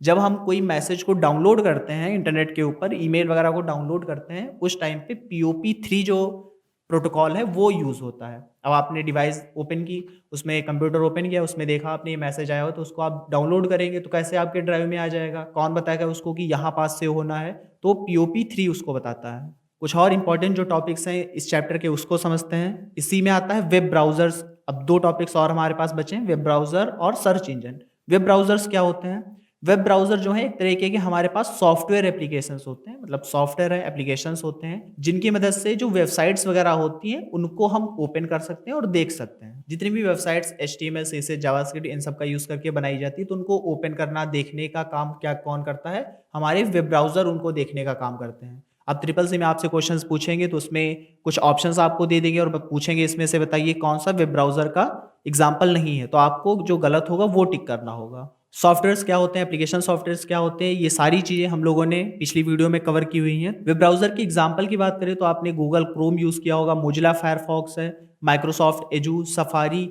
ये सारे क्या होते हैं, वेब ब्राउजर्स हमारे होते हैं। ये सारे ही जो नाम है ये बहुत ज्यादा पूछे जाते हैं। आपसे पूछा जाएगा बताइए सफारी वेब ब्राउजर है, या ऐसे पूछ जाता है सफारी जो है सर्च इंजन होता है, तो ट्रू फॉल्स में आप उसको फॉल्स बताएंगे, ये हमारा वेब ब्राउजर होता है। गूगल क्रोम क्या है, एक तरीके से वेब ब्राउजर है, वहीं गूगल क्या है, सर्च इंजन है। गूगल पे आप कुछ भी टाइप करते हैं तो वो टाइप तो गूगल करके देता है, सर्च गूगल करके देता है, लेकिन उसको दिखाता कौन है, वो गूगल क्रोम ओपन करता है, उस पर आप साइट को ओपन करते हैं। तो ओपन करना और व्यू करने का जो काम होता है वो हमारे वेब ब्राउजर्स करते हैं। कुछ इंपॉर्टेंट वेब ब्राउजर की अगर हम लोग बात करें तो पॉपुलर वेब ब्राउजर्स दिए गए हैं। इनके नाम बहुत ज़्यादा पूछे जाते हैं आपके एग्जाम में, ये सारे आपको याद होने चाहिए। जैसे पूछते हैं गूगल क्रोम किसने बनाया है, ऑप्शंस आपको दिए जाएंगे। क्वेश्चन ऐसे आपसे पूछेगा कि गूगल क्रोम का इन्वेंशन इसमें से किसने किया था, या आप पूछेंगे गूगल क्रोम को कब रिलीज किया गया था, तो आप बताएंगे गूगल क्रोम को 2008 में रिलीज किया गया था। लैरी पेज और सर्जी ब्रिन के द्वारा ये बनाया गया था गूगल कंपनी की तरफ से। मोजिला फायरफॉक्स को किसने और कब इन्वेंट किया था, तो मोजिला फाउंडेशन करके कंपनी है, उसने मोजिला फायरफॉक्स को 2002 में रिलीज किया था। बनाया था, बनाने में काफ़ी टाइम लगता है, लेकिन जब रिलीज किया गया लोगों के यूज़ के लिए तो 2002 में रिलीज किया गया। यही डेट आपको याद रखनी है। माइक्रोसॉफ्ट एजू आपसे पूछा जाएगा किसने बनाया, तो माइक्रोसॉफ्ट कंपनी की तरफ से माइक्रोसॉफ्ट एजू बनाया गया है। 2005 में इसको रिलीज किया गया था। एप्पल सफारी जो है हमारे पास एप्पल कंपनी की तरफ से बनाया गया है। जॉन स्टेफनसन ने इसको बनाया हुआ था। 1995 में ये रिलीज किया गया है। ऐसे ही ब्रेव सॉफ्टवेयर आपसे पूछते हैं, ब्रेव जो वेब ब्राउजर है उसको किसने बनाया, तो ब्रेंडन ईच ने इसको बनाया था। 2016 में इसको रिलीज किया गया है। तो ये सारे जो आपके पास में वेब ब्राउजर्स हैं बहुत ज़्यादा पूछे जाते हैं, जिसमें क्योंकि ब्रेव अभी रिसेंट का है तो ये भी अब आपसे क्वेश्चंस में आने लगेगा। लास्ट टॉपिक की तरफ बढ़ते हैं और समझते हैं सर्च इंजन्स क्या होते हैं। सर्च इंजन्स क्या होते हैं, तो सर्च इंजन एक तरीके से टूल्स होते हैं, एक ये भी एप्लीकेशन सॉफ्टवेयर ही है लेकिन एक तरीके से टूल्स होते हैं जो इंटरनेट के ऊपर कुछ कीवर्ड हम लोग टाइप करते हैं, उसकी मदद से वो इन्फॉर्मेशन जो है हमें सर्च करके देने का काम करते हैं। ये हमारे सर्च इंजन्स होते हैं, जिसमें एग्जांपल में गूगल हो गया, बिंग हो गया, याहू हो गया, ये सारे आपके सर्च इंजन्स होते हैं। कुछ इंपॉर्टेंट सर्च इंजन्स की बात करें रिलीज डेट के साथ में, तो गूगल को Larry page and Sergey Brin ने बनाया हुआ था। 1998 में इसको रिलीज किया गया था। इसको माइक्रोसॉफ्ट कंपनी ने बनाया था। 2009 में इसको रिलीज किया गया था। याहू को जेरी यांग एंड डेविड फिगलो ने बनाया था। 1994 में इसको रिलीज किया गया था। डकडगो भी एक तरीके का आपका सर्च इंजन है, इसको 2008 में बनाया गया था। इनके फाउंडर्स इतना ज़्यादा नहीं पूछे जाते, लेकिन जो रिलीज डेट है ये आपको याद होनी चाहिए। जैसे डकडगो की हो गई 2008 में इसको रिलीज किया गया। बाइडू एक तरीके का सर्च इंजन है जिसको 2000 में रिलीज किया गया था। ऐसे ही एंडेक्स है, इसको 1997 में रिलीज किया गया। तो ये थे कंप्लीट टॉपिक्स आपके चैप्टर 6 के, introduction to internet and WWW के। ट्रिपल सी का चैप्टर 7 और 8 या कहें ओ लेवल का जो फर्स्ट पेपर है उसके चैप्टर 7 और 8 दोनों चैप्टर्स के जितने भी इंपॉर्टेंट टॉपिक्स हैं वो सारे हम लोग इस वीडियो में समझेंगे। ट्रिपल सी या ओ लेवल स्टूडेंट्स के लिए सबसे जो मुश्किल चैप्टर होते हैं वो 7 और 8 से ही उनको लगता है। जो क्वेश्चंस में बच्चे फंसते हैं वो चैप्टर 7 और 8 के ही क्वेश्चंस में सबसे ज़्यादा फंसते हैं। क्यों ऐसा होता है? क्योंकि उनको इसकी थ्योरी नहीं पता होती है। जब टॉपिक्स उनको नहीं पता होते हैं, चैप्टर्स उनको नहीं पता होते हैं, उसके अंदर की थ्योरी को नहीं समझ पाते हैं, तो क्वेश्चन करना आपके लिए थोड़ा सा मुश्किल हो जाता है। दोनों ही चैप्टर की जितनी भी थ्योरी है वो सारी आप आज इस वीडियो में समझ जाएंगे। बिना किसी देरी के स्टार्ट करते हैं। समझते हैं आज की वीडियो का सबसे पहला topic, what is email. Email क्या होती है? ईमेल आप सभी लोगों ने यूज किया होगा। ईमेल का फुल फॉर्म होता है इलेक्ट्रॉनिक मेल। ईमेल क्या है? इंटरनेट के ऊपर मैसेज को सेंड करने का, डॉक्यूमेंट्स को भेजने का और फाइल्स वगैरह को भेजने का एक मेथड होता है। जैसे कि हम लोगों ने पिछली वीडियो में समझा हुआ था कि इंटरनेट क्या है। मिलियंस ऑफ डिवाइसेस जो हमारी इंटरनेट की मदद से आपस में कनेक्ट होती है, हमारा इंटरनेट बोला जाता है।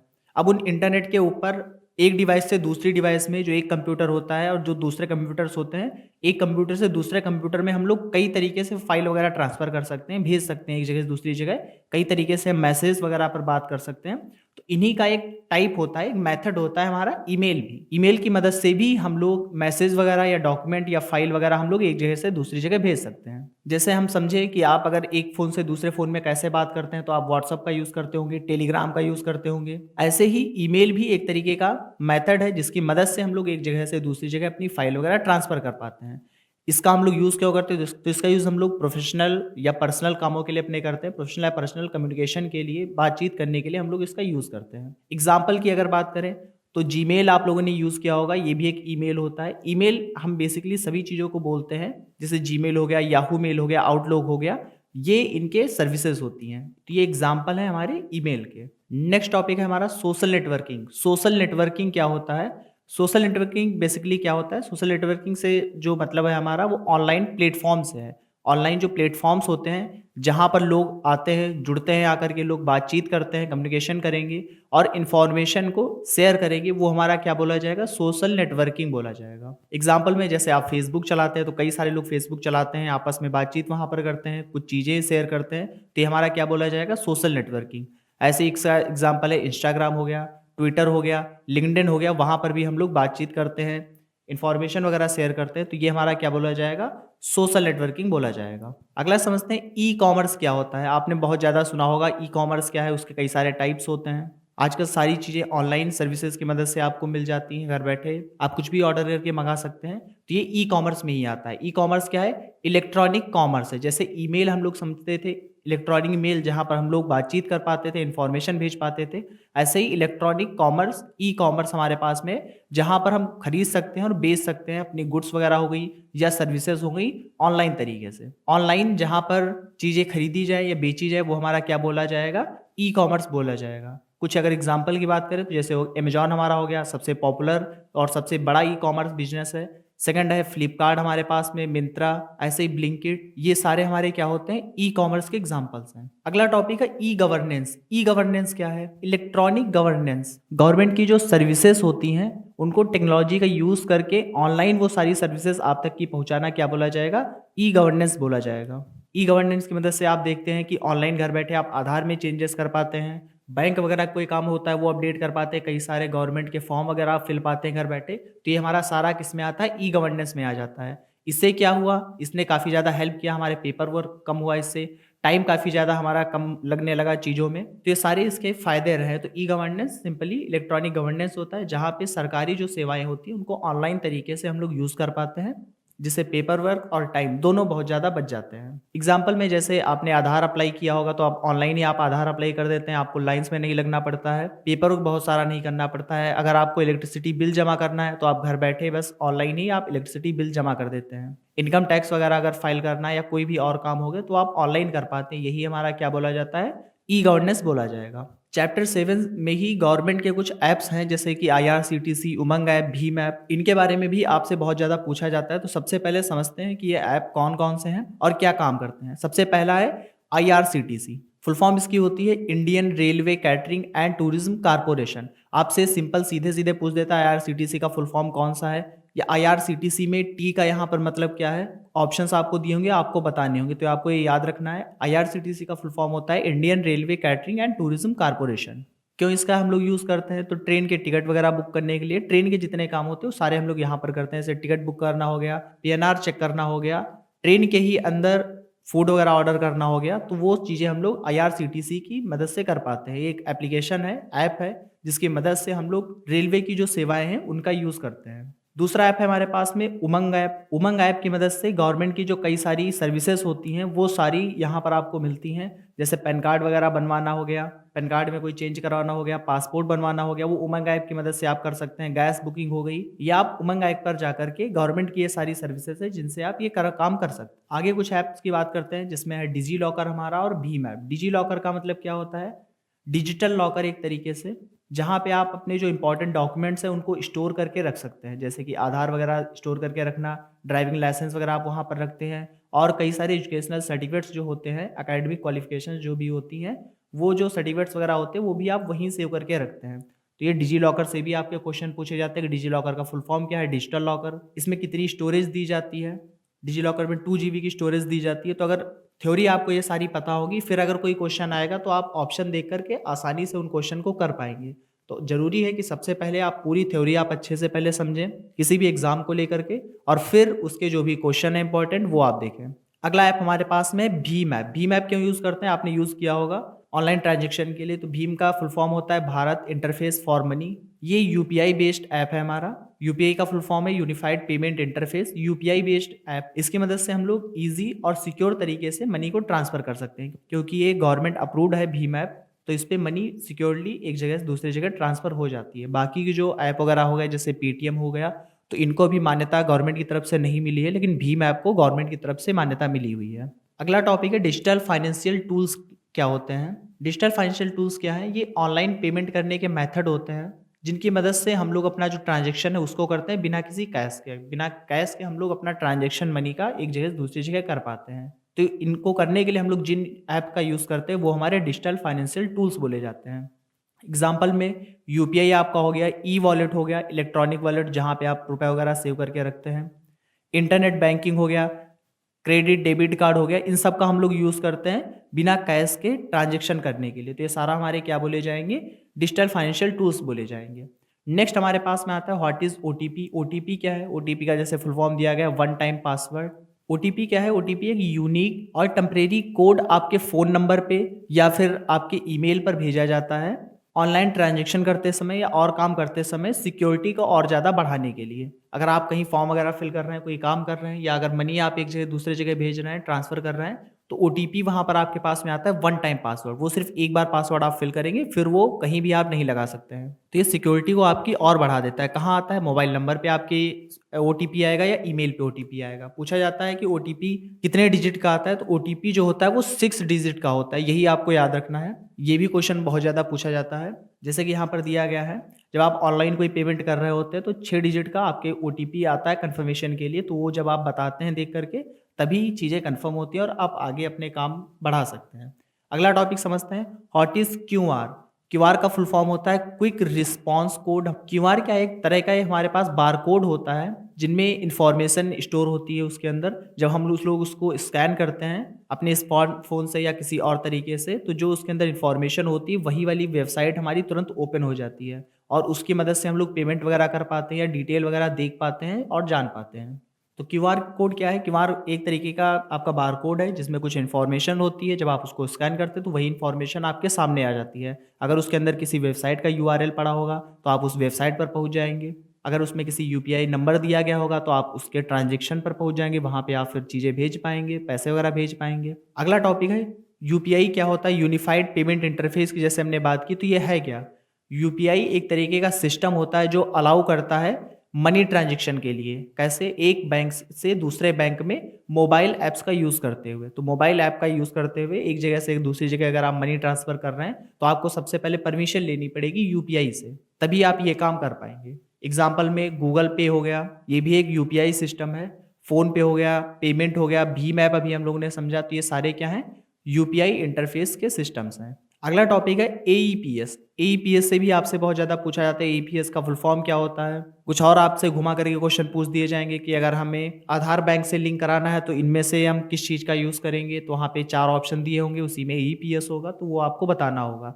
एईपीएस का फुल फॉर्म होता है आधार इनेबल्ड पेमेंट सिस्टम। जैसे कि नाम से हमें पता चल रहा है कि हम पेमेंट करेंगे लेकिन आधार इनेबल्ड के साथ में। आधार लगाया गया होगा और हम आसानी से आधार को लेकर के पेमेंट अपनी कर पाएंगे। यही देखिए बताई गई चीज़ें। डिजिटल पेमेंट करने का एक सिस्टम होता है जो अलाउ हमें करता है बैंकिंग ट्रांजैक्शन को लेकर के यूजिंग आधार ऑथेंटिकेशन। एईपीएस की मदद से आप क्या कर सकते हैं? एक बैंक से दूसरी बैंक में आधार को प्रमाणित करके आप रुपए को ट्रांसफर कर सकते हैं। जैसे कि एईपीएस का यूज़ करते हुए ये काम आप करते हैं, आप जाते हैं साइबर कैफ़े पे, वहाँ कहते हैं हमें मनी विड्रॉ करनी है या हमें ट्रांसफ़र करनी है, तो आप वहाँ पर अपना आधार नंबर बताते हैं, फिंगरप्रिंट लगाते हैं और वो मनी जो है वो एक जगह से दूसरी जगह ट्रांसफ़र हो जाती है, दूसरे के बैंक में मनी आपकी ट्रांसफ़र हो जाती है। तो ये कैसे होता है? एईपीएस की मदद से होता है। इस सिस्टम को ही हम लोग बोलते हैं आधार इनेबल्ड पेमेंट सिस्टम। अगला टॉपिक है यूएसएसडी क्या होता है? ये सारे टॉपिक बहुत ज़्यादा पूछे जाते हैं आपसे।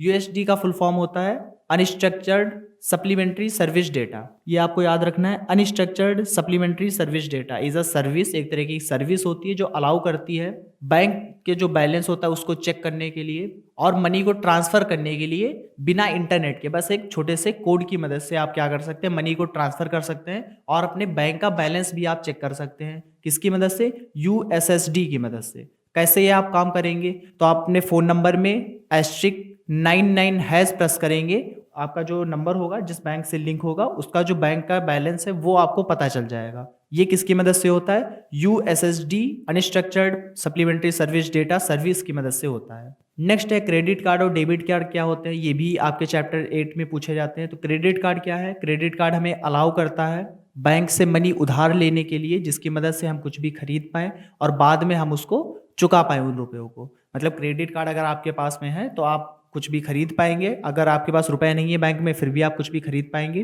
वो रुपए आपकी जो बैंक होगी वो देगी और आपको बाद में उस बैंक को रुपए आपको वापस करने होंगे, कुछ एक्स्ट्रा चार्ज भी आपको देना पड़ेगा। लेकिन जो डेबिट कार्ड है इसकी मदद से आप क्या करते हैं? आप मनी अपनी बैंक से लेते हैं लेकिन जो आपके अकाउंट में जितने रुपए होते हैं उसमें से आप इसमें चीज़ें खर्च कर पाते हैं। लेकिन क्रेडिट कार्ड में आप एक तरीके से अपनी बैंक से उधार लेकर के आप चीज़ें खरीदते हैं। कुछ एग्जाम्पल की बात करें तो वीज़ा, मास्टर कार्ड, रुपे, ये सारे हमारे क्रेडिट और डेबिट कार्ड के एग्जाम्पल्स हैं। अभी हम लोगों ने बात की थी ई वॉलेट की, तो ई वॉलेट क्या होता है उसको समझते हैं। What is e wallet? E wallet भी हमारा एक इलेक्ट्रॉनिक डिजिटल वॉलेट होता है, जहां पे हम लोग क्या करते हैं, अपने रुपए पैसे को स्टोर करके रखते हैं और जब भी हमें काम होता है हम वहां से क्विकली पेमेंट कर पाते हैं बिना बैंक अकाउंट के और बिना बैंक की परमिशन वगैरह के। जैसे आपको कुछ रुपए मिलते हैं तो आप अपने जो बड़े होते हैं कोई घर पर, आप उनको रुपए दे देते हैं, कोई भी काम होता है उनसे आप वापस ले लेते हैं।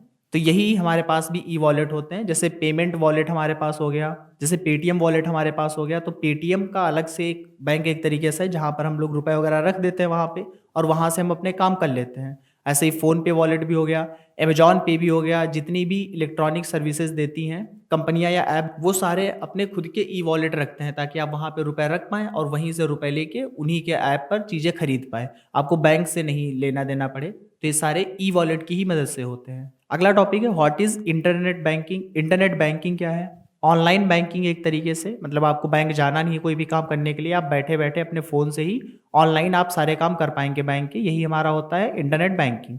इंटरनेट बैंकिंग अलाउ करती है यूज़र को, जो भी उसके यूज़र्स होते हैं वो अपने सारे काम कर सकें, बिल वगैरह पे कर सकें, बैंक अकाउंट को मैनेज कर सके, मनी वगैरह को ट्रांसफर कर सकें, कैसे? ऑनलाइन ही सारे काम कर पाए। जैसे कि आप क्या करते हैं, कोई भी बैंक नेट बैंकिंग की मदद से फिर आप अपना बैलेंस वगैरह चेक कर सकते हैं, वहाँ पर मनी को भी ट्रांसफर कर सकते हैं, तो ये काम आप कर पाते हैं। ये हमारा किसके अंतर्गत आता है? तो ये इंटरनेट बैंकिंग सिस्टम के अंदर आएंगी चीजें। नेक्स्ट टॉपिक है व्हाट इज एनईएफटी। एनईएफटी क्या होता है? सबसे पहले फुल फॉर्म दी गई है national electronic fund transfer. NEFT एक तरीके का सिस्टम होता है जिसका यूज करके हम लोग अपनी मनी को ट्रांसफर कर सकते हैं एक बैंक से दूसरी बैंक में बैचेस पीरियड में। एक पीरियड आपको बताया जाता है इस टाइम से इस टाइम तक कि आप अपनी मनी को एक जगह से दूसरी जगह आप भेज पाते हैं। लेकिन जो एनईएफटी है, एनईएफटी की मदद से आप ज़्यादा रुपए अकाउंट से दूसरे अकाउंट में भेज पाएंगे, लेकिन इसके लिए क्या है, आपको कुछ टाइम आपका लगता है, कुछ घंटे आपको लग जाते हैं, तभी आप एक अकाउंट से दूसरे अकाउंट में मनी भेज पाएंगे अगर आप एनईएफटी का यूज़ करते हो, तो यहाँ पे कुछ टाइम आपको देना पड़ता है। वहीं आरटीजीएस आपका आता है रियल टाइम ग्रॉस सेटलमेंट, इसका फुल फॉर्म होता है। इसकी मदद से हम लोग हाई वैल्यूज मतलब ज़्यादा मनी भी ट्रांसफ़र कर पाते हैं। 2 लाख से ऊपर आप ट्रांसफ़र कर पाएंगे इंस्टेंटली, जैसे कि इसमें फुल फॉर्म में ही दिया गया है real time gross settlement. Real time में मतलब तुरंत ही सारा जो सेटलमेंट है वो आपका हो जाएगा, आपको ज़्यादा टाइम भी नहीं लगाना पड़ेगा। मतलब कि अगर आप बिजनेस वगैरह चला रहे हैं, अगर आप चाहते 10 लाख रुपए हम सप्लाई से ले लें या उसको तुरंत दे दें, तो आप आरटीजीएस का यूज़ करिए, तुरंत ही आप 10 लाख रुपए अपने एक जगह से दूसरी जगह दूसरे अकाउंट्स में ट्रांसफ़र कर पाएंगे। लास्ट टॉपिक है हमारा आईएमपीएस क्या होता है। आईएमपीएस क्या है? Immediate payment service. इसकी मदद से भी हम लोग इंस्टेंट तुरंत ही मनी को ट्रांसफ़र कर पाते हैं। ये भी सर्विस हमें प्रोवाइड करता है आईएमपीएस, जिसकी मदद से हम लोग इमीडिएटली तुरंत ही अपनी जो मनी है उसको ट्रांसफ़र कर पाते हैं और ये आपका 24/7 काम करता है। अगर कोई नेशनल या इंटरनेशनल छुट्टी भी पड़ रही है तब भी आप इसकी मदद से काम अपने कर पाते हैं, इसमें कोई भी देरी नहीं की जाती है। तो ये सारे टॉपिक्स थे आपके चैप्टर 7 और 8 के। इतने ही टॉपिक आपके इनफ हैं, आपके चैप्टर 7 और 8 में इतने ही सारे टॉपिक्स दिए गए हैं। कुछ छोटे छोटे टॉपिक्स और हैं, आपको ये सारे टॉपिक अच्छे से समझ में आने चाहिए। जब ये सारे टॉपिक आ जाएंगे तो इनसे रिलेटेड कोई भी अगर क्वेश्चन बनेगा तो आसानी से जो ऑप्शन दिए होंगे उनमें से देख करके आप अच्छे से कर पाएंगे। ट्रिपल सी या ओ लेवल का जो फर्स्ट पेपर है उसका सिलेबस दोनों का सेम होता है। चैप्टर 9 और 10 जो ट्रिपल सी या ओ लेवल के फर्स्ट पेपर के चैप्टर 9 और 10 है, उन दोनों चैप्टर्स के जितनी भी थ्योरी है वो सारी हम लोग इस वीडियो में आज हम लोग समझेंगे। चैप्टर 9 और 10 से जो भी क्वेश्चन होते हैं वो क्वेश्चन आपको रटने नहीं होते, उसमें कुछ भी याद करने वाली चीज़ें नहीं होती हैं, सारी चीज़ें आपकी समझने वाली होती हैं। तो आपको थ्योरी पे बहुत अच्छे से फोकस करना है 9 और 10 की। अगर आप ये थ्योरी समझ जाएंगे 9 और 10 दोनों चैप्टर्स की, तो इसके सारे ही क्वेश्चन आप बहुत ही आसानी से कर पाएंगे। स्टार्ट करते हैं आज की वीडियो। बहुत ही ध्यान से आप समझिएगा, दोनों चैप्टर की जितनी भी थ्योरी है अगर आप अच्छे से समझ जाते हैं तो जितने भी क्वेश्चंस होंगे सारे आप बहुत अच्छे से कर पाएंगे।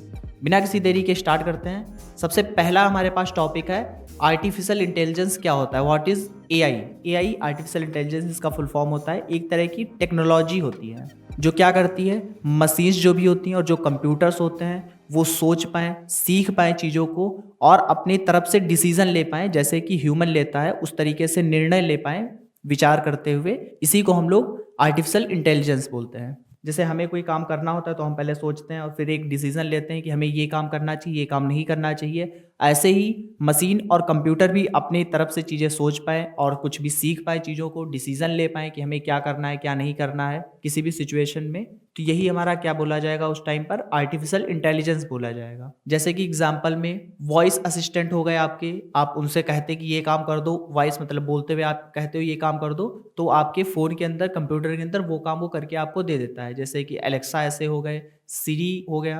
तो ये आपके कहने की मदद से वो चीज़ें सोच करके कि कैसे वो काम करना है, वो खुद से वो सोच लेते हैं और वो काम आपको करके दे देंगे। जैसे आपने एलेक्सा आपके अगर फ़ोन में डाउनलोड है, आप उससे कहेंगे ओपन गूगल, तो वो खुद ही समझ जाएगा कि हमें इस तरफ जाना है, वहाँ हमें गूगल एप्लीकेशन मिलेगी, उसको ओपन करना है और फिर यूज़र से बता देना है कि हमने गूगल को ओपन कर दिया। सेल्फ ड्राइविंग कार्स हो गई, अगर आप कार के साथ एक कंप्यूटर सिस्टम आप जोड़ दें और उसके अंदर आर्टिफिशियल इंटेलिजेंस को इनेबल कर दें, इस टेक्नोलॉजी को डाल दें, तो क्या करेगा, खुद ही कैमरा लगे होते हैं कार के ऊपर, वो कार कैमरे से डिटेक्ट करेगी चीज़ों को और आसपास की चीज़ों को देखते हुए, आसपास जो ऑब्जेक्ट होंगे, जो लोग होंगे, जो चीज़ें रखी होंगी, उनसे बचते हुए, अपनी स्पीड को मेंटेन करते हुए ब्रेक वगैरह लगा लेगी खुद से। कार के अंदर सेल्फ ड्राइविंग मोड में वो चली जाएगी और खुद से ही आप बस बताएंगे कि हमें यहाँ से यहाँ जाना है और आपको वहाँ तक पहुँचा देगी। कई सारे हमारे चैटबॉट्स हो गए, चैटबॉट्स होते हैं जहाँ पर आप बातचीत कर पाते हैं। आप तो बात कर रहे होते हैं एक तरीके से, इंसान की तरफ से आप बात कर रहे होते हैं, लेकिन दूसरी तरफ से वहाँ पर आर्टिफिशियल इंटेलिजेंस आपसे बात करता है। जो आप बात करते हैं वो सोचता है, उन चीज़ों से सीखता है और आपको उसके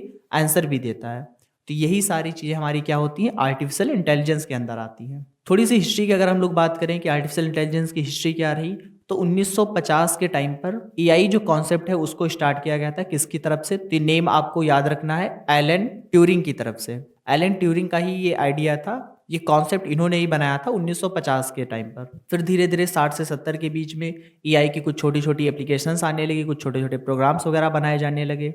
1980 और 90 के टाइम पर एआई जो थी वो और ज़्यादा इंप्रूव हो गई और ज़्यादा बेहतर काम करने लगी।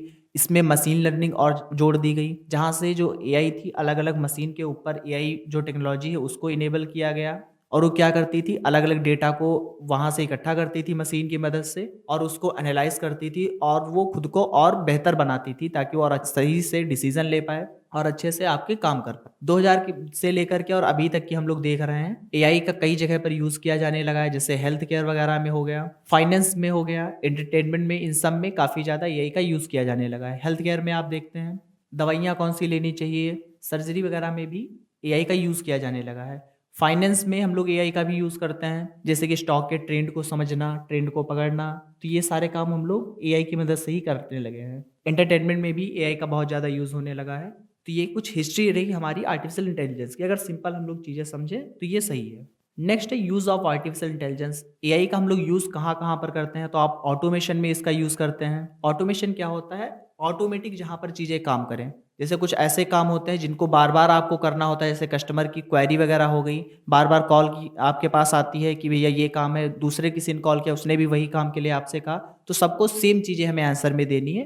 तो इस काम के लिए हम लोग एआई को वहाँ पर लगा सकते हैं और वो क्या करेगा, वो जितनी भी क्वेरीज आएंगी, जो भी कॉल करके पूछेगा कुछ भी उस चीज़ों से रिलेटेड, वो सारी वो बार बार लोगों को बताता रहेगा, तो आपका काम वहाँ पर नहीं होगा। हेल्थ केयर वगैरह में जैसे हमने बताया, आप बहुत ज़्यादा यूज़ करते हैं इसका, बीमारियों को पकड़ने के लिए कि क्या बीमारी उसमें है। अगर आप खुद से वो करने बैठेंगे तो काफ़ी टाइम उनको लगता है चीज़ों को मॉनिटर करने में, देखने में, लेकिन मशीन की मदद से, आर्टिफिशियल इंटेलिजेंस की मदद से वो समझ सकते हैं जल्दी से कि इनको कौन सी बीमारी है और कौन सा इनको ट्रीटमेंट देना चाहिए, वो भी सजेस्ट हो जाता है। फाइनेंस वगैरह में जैसे हम इसका बहुत ज़्यादा यूज़ करते हैं, स्टॉक मार्केट के ट्रेंड को समझने के लिए, फ्रॉड रोकने के लिए हम लोग एआई का यूज़ करते हैं। इस घरों के अंदर हम लोग एआई भी यूज़ करते हैं, जैसे कि लाइट्स वगैरह हो गई, जैसे ही कोई घर के अंदर एंटर करता है लाइट ऑन हो जाती है, कोई रूम में एंटर करेगा लाइट ऑन हो जाएगी। सिक्योरिटी इससे काफ़ी ज़्यादा बढ़ गई है, तो ये भी हमारा आर्टिफिशियल इंटेलिजेंस का ही वर्क एग्जाम्पल है, या यही हमारे एआई के यूजेस होते हैं। नेक्स्ट टॉपिक है हमारे पास cyber security. What is cyber security? Cyber security क्या है, एक तरीका है जिसकी मदद से हम लोग क्या करते हैं, अपने जो कंप्यूटर्स होते हैं उनको प्रोटेक्ट कर सकते हैं, नेटवर्क वगैरह को प्रोटेक्ट कर सकते हैं, जिससे कि क्या है, कोई डेटा वगैरह हमारा चोरी ना कर सके, डैमेज ना कर सके, और जिसको हम जानते नहीं, कोई ऐसा बंदा कोई एक्सेस ना पा सके हमारे कंप्यूटर या लैपटॉप। बाहर के लोगों से अपने चीज़ों को बचाना, कंप्यूटर लैपटॉप वगैरह को बचाना, ऑनलाइन फ्रॉड को रोकना, ये सब हमारा साइबर सिक्योरिटी के अंदर आता है। साइबर सिक्योरिटी की मदद से ही हम लोग सुनिश्चित करते हैं कि जो हमारी पर्सनल इन्फॉर्मेशन है या बिजनेस की कुछ इन्फॉर्मेशन है वो सेफ रहे, वो हैक ना हो पाए, कोई भी वायरस वगैरह उस पर ना आ पाए, कोई भी साइबर अटैक ना हो पाए। ये सारी चीज़ें हमारी साइबर सिक्योरिटी के ही अंदर आती हैं। कई बड़ी बड़ी कंपनियां जहां पे वो साइबर एक्सपर्ट को हायर करते हैं ताकि जो कंपनी का डेटा है वो चोरी ना हो पाए, हैक ना हो जाए, कोई बाहर का उसमें एक्सेस ना पा सके, जिससे वो कोई उसमें गड़बड़ी ना कर दे। तो इसके लिए साइबर एक्सपर्ट बिठाए जाते हैं। ये सारे काम ही हमारे साइबर सिक्योरिटी में आएंगे। नीड क्यों पड़ती है हमारी साइबर सिक्योरिटी की, क्या ज़रूरत है साइबर सिक्योरिटी को लगाना, और कैसे हम लोग डिवाइसेस को अपने बचा सकते हैं। तो सबसे पहला इसका यूज़ केस है डेटा चोरी होने से बचाना। अपनी इंफॉर्मेशन वगैरह को हम लोग चोरी होने से बचाते हैं कैसे, पासवर्ड वगैरह लगा करके। बैंक डिटेल्स वगैरह हो गई, हम लोग अच्छे से मैनेज करके रखते हैं, और जो पर्सनल डेटा होता है उसको भी रखने के लिए, अच्छे से रखने के लिए, कोई चोरी ना कर पाए, अटैक ना हो, उसके लिए हम लोग साइबर एक्सपर्ट वगैरह हायर करेंगे। तो ये साइबर सिक्योरिटी का ही एक यूज़ केस है। सेकंड है हैकिंग वगैरह से बचना। अपने कंप्यूटर को, जिसको आप जानते नहीं है, अनऑथराइज कोई है तो उसके एक्सेस को रोकना। मोबाइल डिवाइसेस को बचाना, ये भी हमारा साइबर सिक्योरिटी में ही आएगा। किस तरीके से हम लोग अपनी डिवाइसेस को बचा सकते हैं साइबर हमले से। साइबर सिक्योरिटी में मतलब बेसिकली काम क्या होता है, तो स्ट्रॉन्ग पासवर्ड आप अपने डिवाइसेस का रखिए। जो कंप्यूटर या लैपटॉप है उसमें स्ट्रॉन्ग पासवर्ड रखिए। एंटीवायरस जो सॉफ्टवेयर्स होते हैं उनको हमेशा इंस्टॉल करके आप अपने पास रखिए।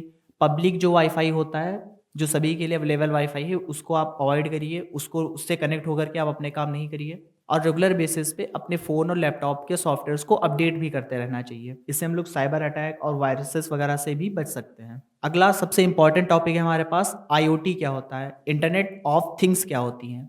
आईओटी का फुल फॉर्म है इंटरनेट ऑफ थिंग्स। आईओटी क्या है, एक तरीके का हमारा सिस्टम होता है जहाँ पर कई सारे इलेक्ट्रॉनिक जो डिवाइसेस होती हैं आसपास की, वो सारी कनेक्ट होती हैं इंटरनेट की मदद से, और एक दूसरे के साथ कम्युनिकेट भी कर रही होती हैं। क्या इसका मतलब हुआ, जैसे कि आपके पास में लैपटॉप है तो एक डिवाइस होगी, आपके पास फैन लगा हुआ है, कार आपके पास है, वॉच आप पहने हुए हैं, टीवी आपके पास में, तो ये अलग अलग ऑब्जेक्ट हो गए। ये आपस में इंटरनेट की मदद से कनेक्ट हैं। जब भी फ़ोन पे कोई नोटिफिकेशन आती है तो आपको आपकी वॉच में भी वो नोटिफिकेशन दिखाई देती है। क्यों, कैसे दिखाई देती है, तो क्योंकि वॉच और आपका जो लैपटॉप है वो आपस में कनेक्ट है और एक दूसरे से बातचीत भी वो कर पा रहा है, कम्युनिकेशन भी कर पा रहा है। तो यही हमारा आईओटी के अंदर आता है। आईओटी एक तरीके से पूरा सिस्टम होता है जिसके अंदर कई सारी कंप्यूटर डिवाइसेस होती हैं, इलेक्ट्रॉनिक डिवाइसेस होती हैं जो आपस में कनेक्ट होती हैं और डेटा भी एक जगह से दूसरी जगह भेज पा रही होती हैं।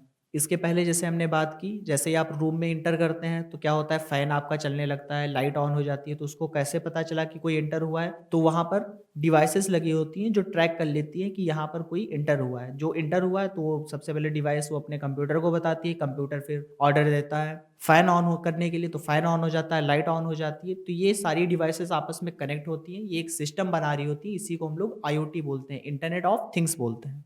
नेक्स्ट समझते हैं बिग डेटा एनालिटिक्स क्या होता है। बिग डेटा का मतलब है जहाँ पे बहुत बड़ा डेटा हो, बहुत ज़्यादा डेटा हो। जैसे कि इंस्टाग्राम हो गया, इंस्टाग्राम पे इतने सारे यूज़र है तो इन सब का डेटा अगर एक साथ हम देखेंगे तो बहुत ज़्यादा इंफॉर्मेशन हो जाएगी, बहुत ज़्यादा डेटा हो जाएगा।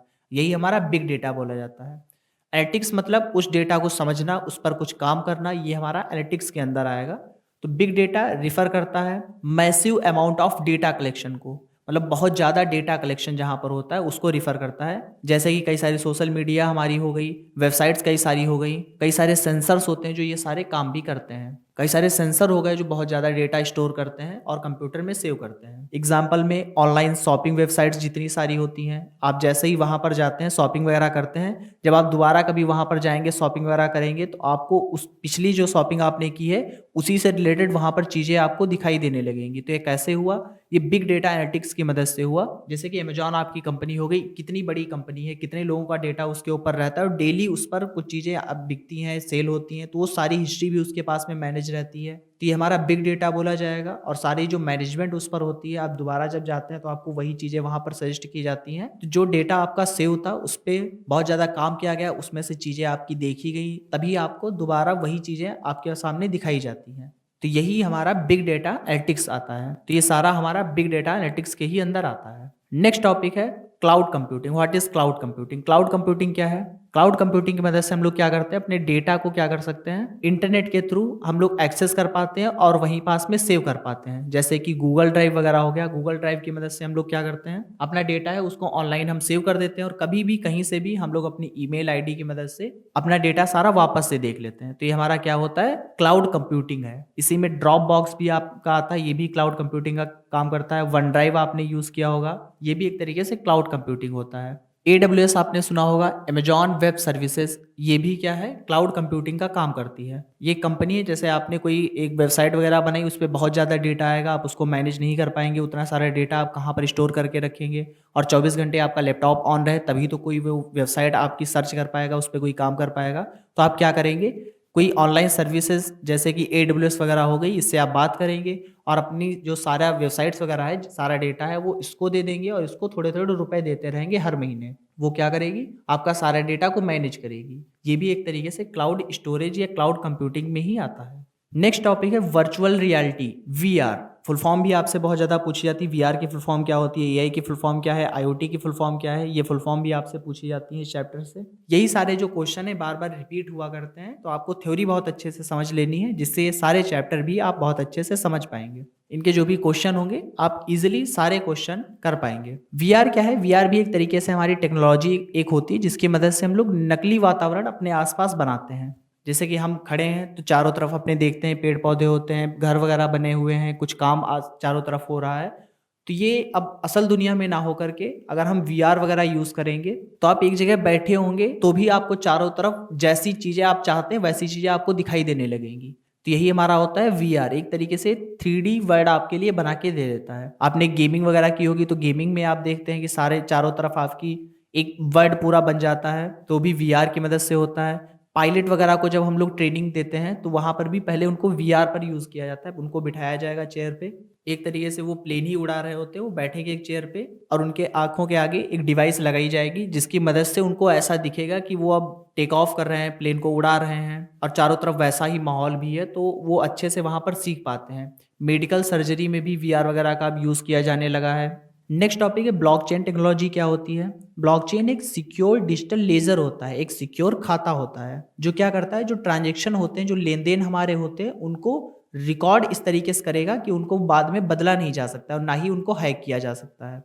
तो ये हमारा ब्लॉकचेन के अंदर आता है, तो ये काफ़ी सिक्योर हो जाता है, बहुत ही सुरक्षित हो जाती है वहाँ पर चीज़ें। जैसे बिटकॉइन आपने सुना होगा, तो बिटकॉइन क्या है, एक तरह की क्रिप्टो करेंसी है जो कि ब्लॉकचेन टेक्नोलॉजी पर काम करती है। जब भी आप बिटकॉइन को खरीदेंगे या बेचेंगे, तो ये ब्लॉकचेन की मदद से होगा, और जो आपका लेन देन है उसमें फिर कोई भी उसमें कुछ चीज़ें बदल नहीं सकता है, ना ही उसको हैक कर सकता है। नेक्स्ट टॉपिक है 3D प्रिंटिंग। 3D प्रिंटिंग भी एक तरीके की हमारी टेक्नोलॉजी है, जिसकी मदद से हम लोग जो फिजिकल ऑब्जेक्ट होते हैं, मतलब जिनको हम टच कर सकते हैं, छू सकते हैं, पकड़ सकते हैं, उनको डिजिटल तरीके से हम डिजाइन कर पाते हैं। इसका यूज़ हम लोग मशीन पार्ट वगैरह बनाने में करते हैं, आर्टिफिशियल बॉडी ऑर्गन बनाने में करते हैं। अब तो घर वगैरह भी 3D प्रिंटिंग की ही मदद से बनने लगे हैं। अगर सिंपली इसको समझें, तो आपने आइसक्रीम वगैरह खाई होगी, तो आप देखते हैं आइसक्रीम की कोन को लिया जाता है और उसके अंदर क्रीम उसके ऊपर डाली जाती है, तो क्रीम उसके ऊपर डाली जाती है, तो गोल गोल करके वो उसके ऊपर एक शेप बन जाती है। तो शेप भी तो एक तरीके से 3D प्रिंटिंग ही वहां पर हो गई, कि आपने एक मशीन बनाई, उसके अंदर कुछ मटेरियल डाला, आपने बताया ऐसे ऐसे करके बन जाए, तो वैसे ही वो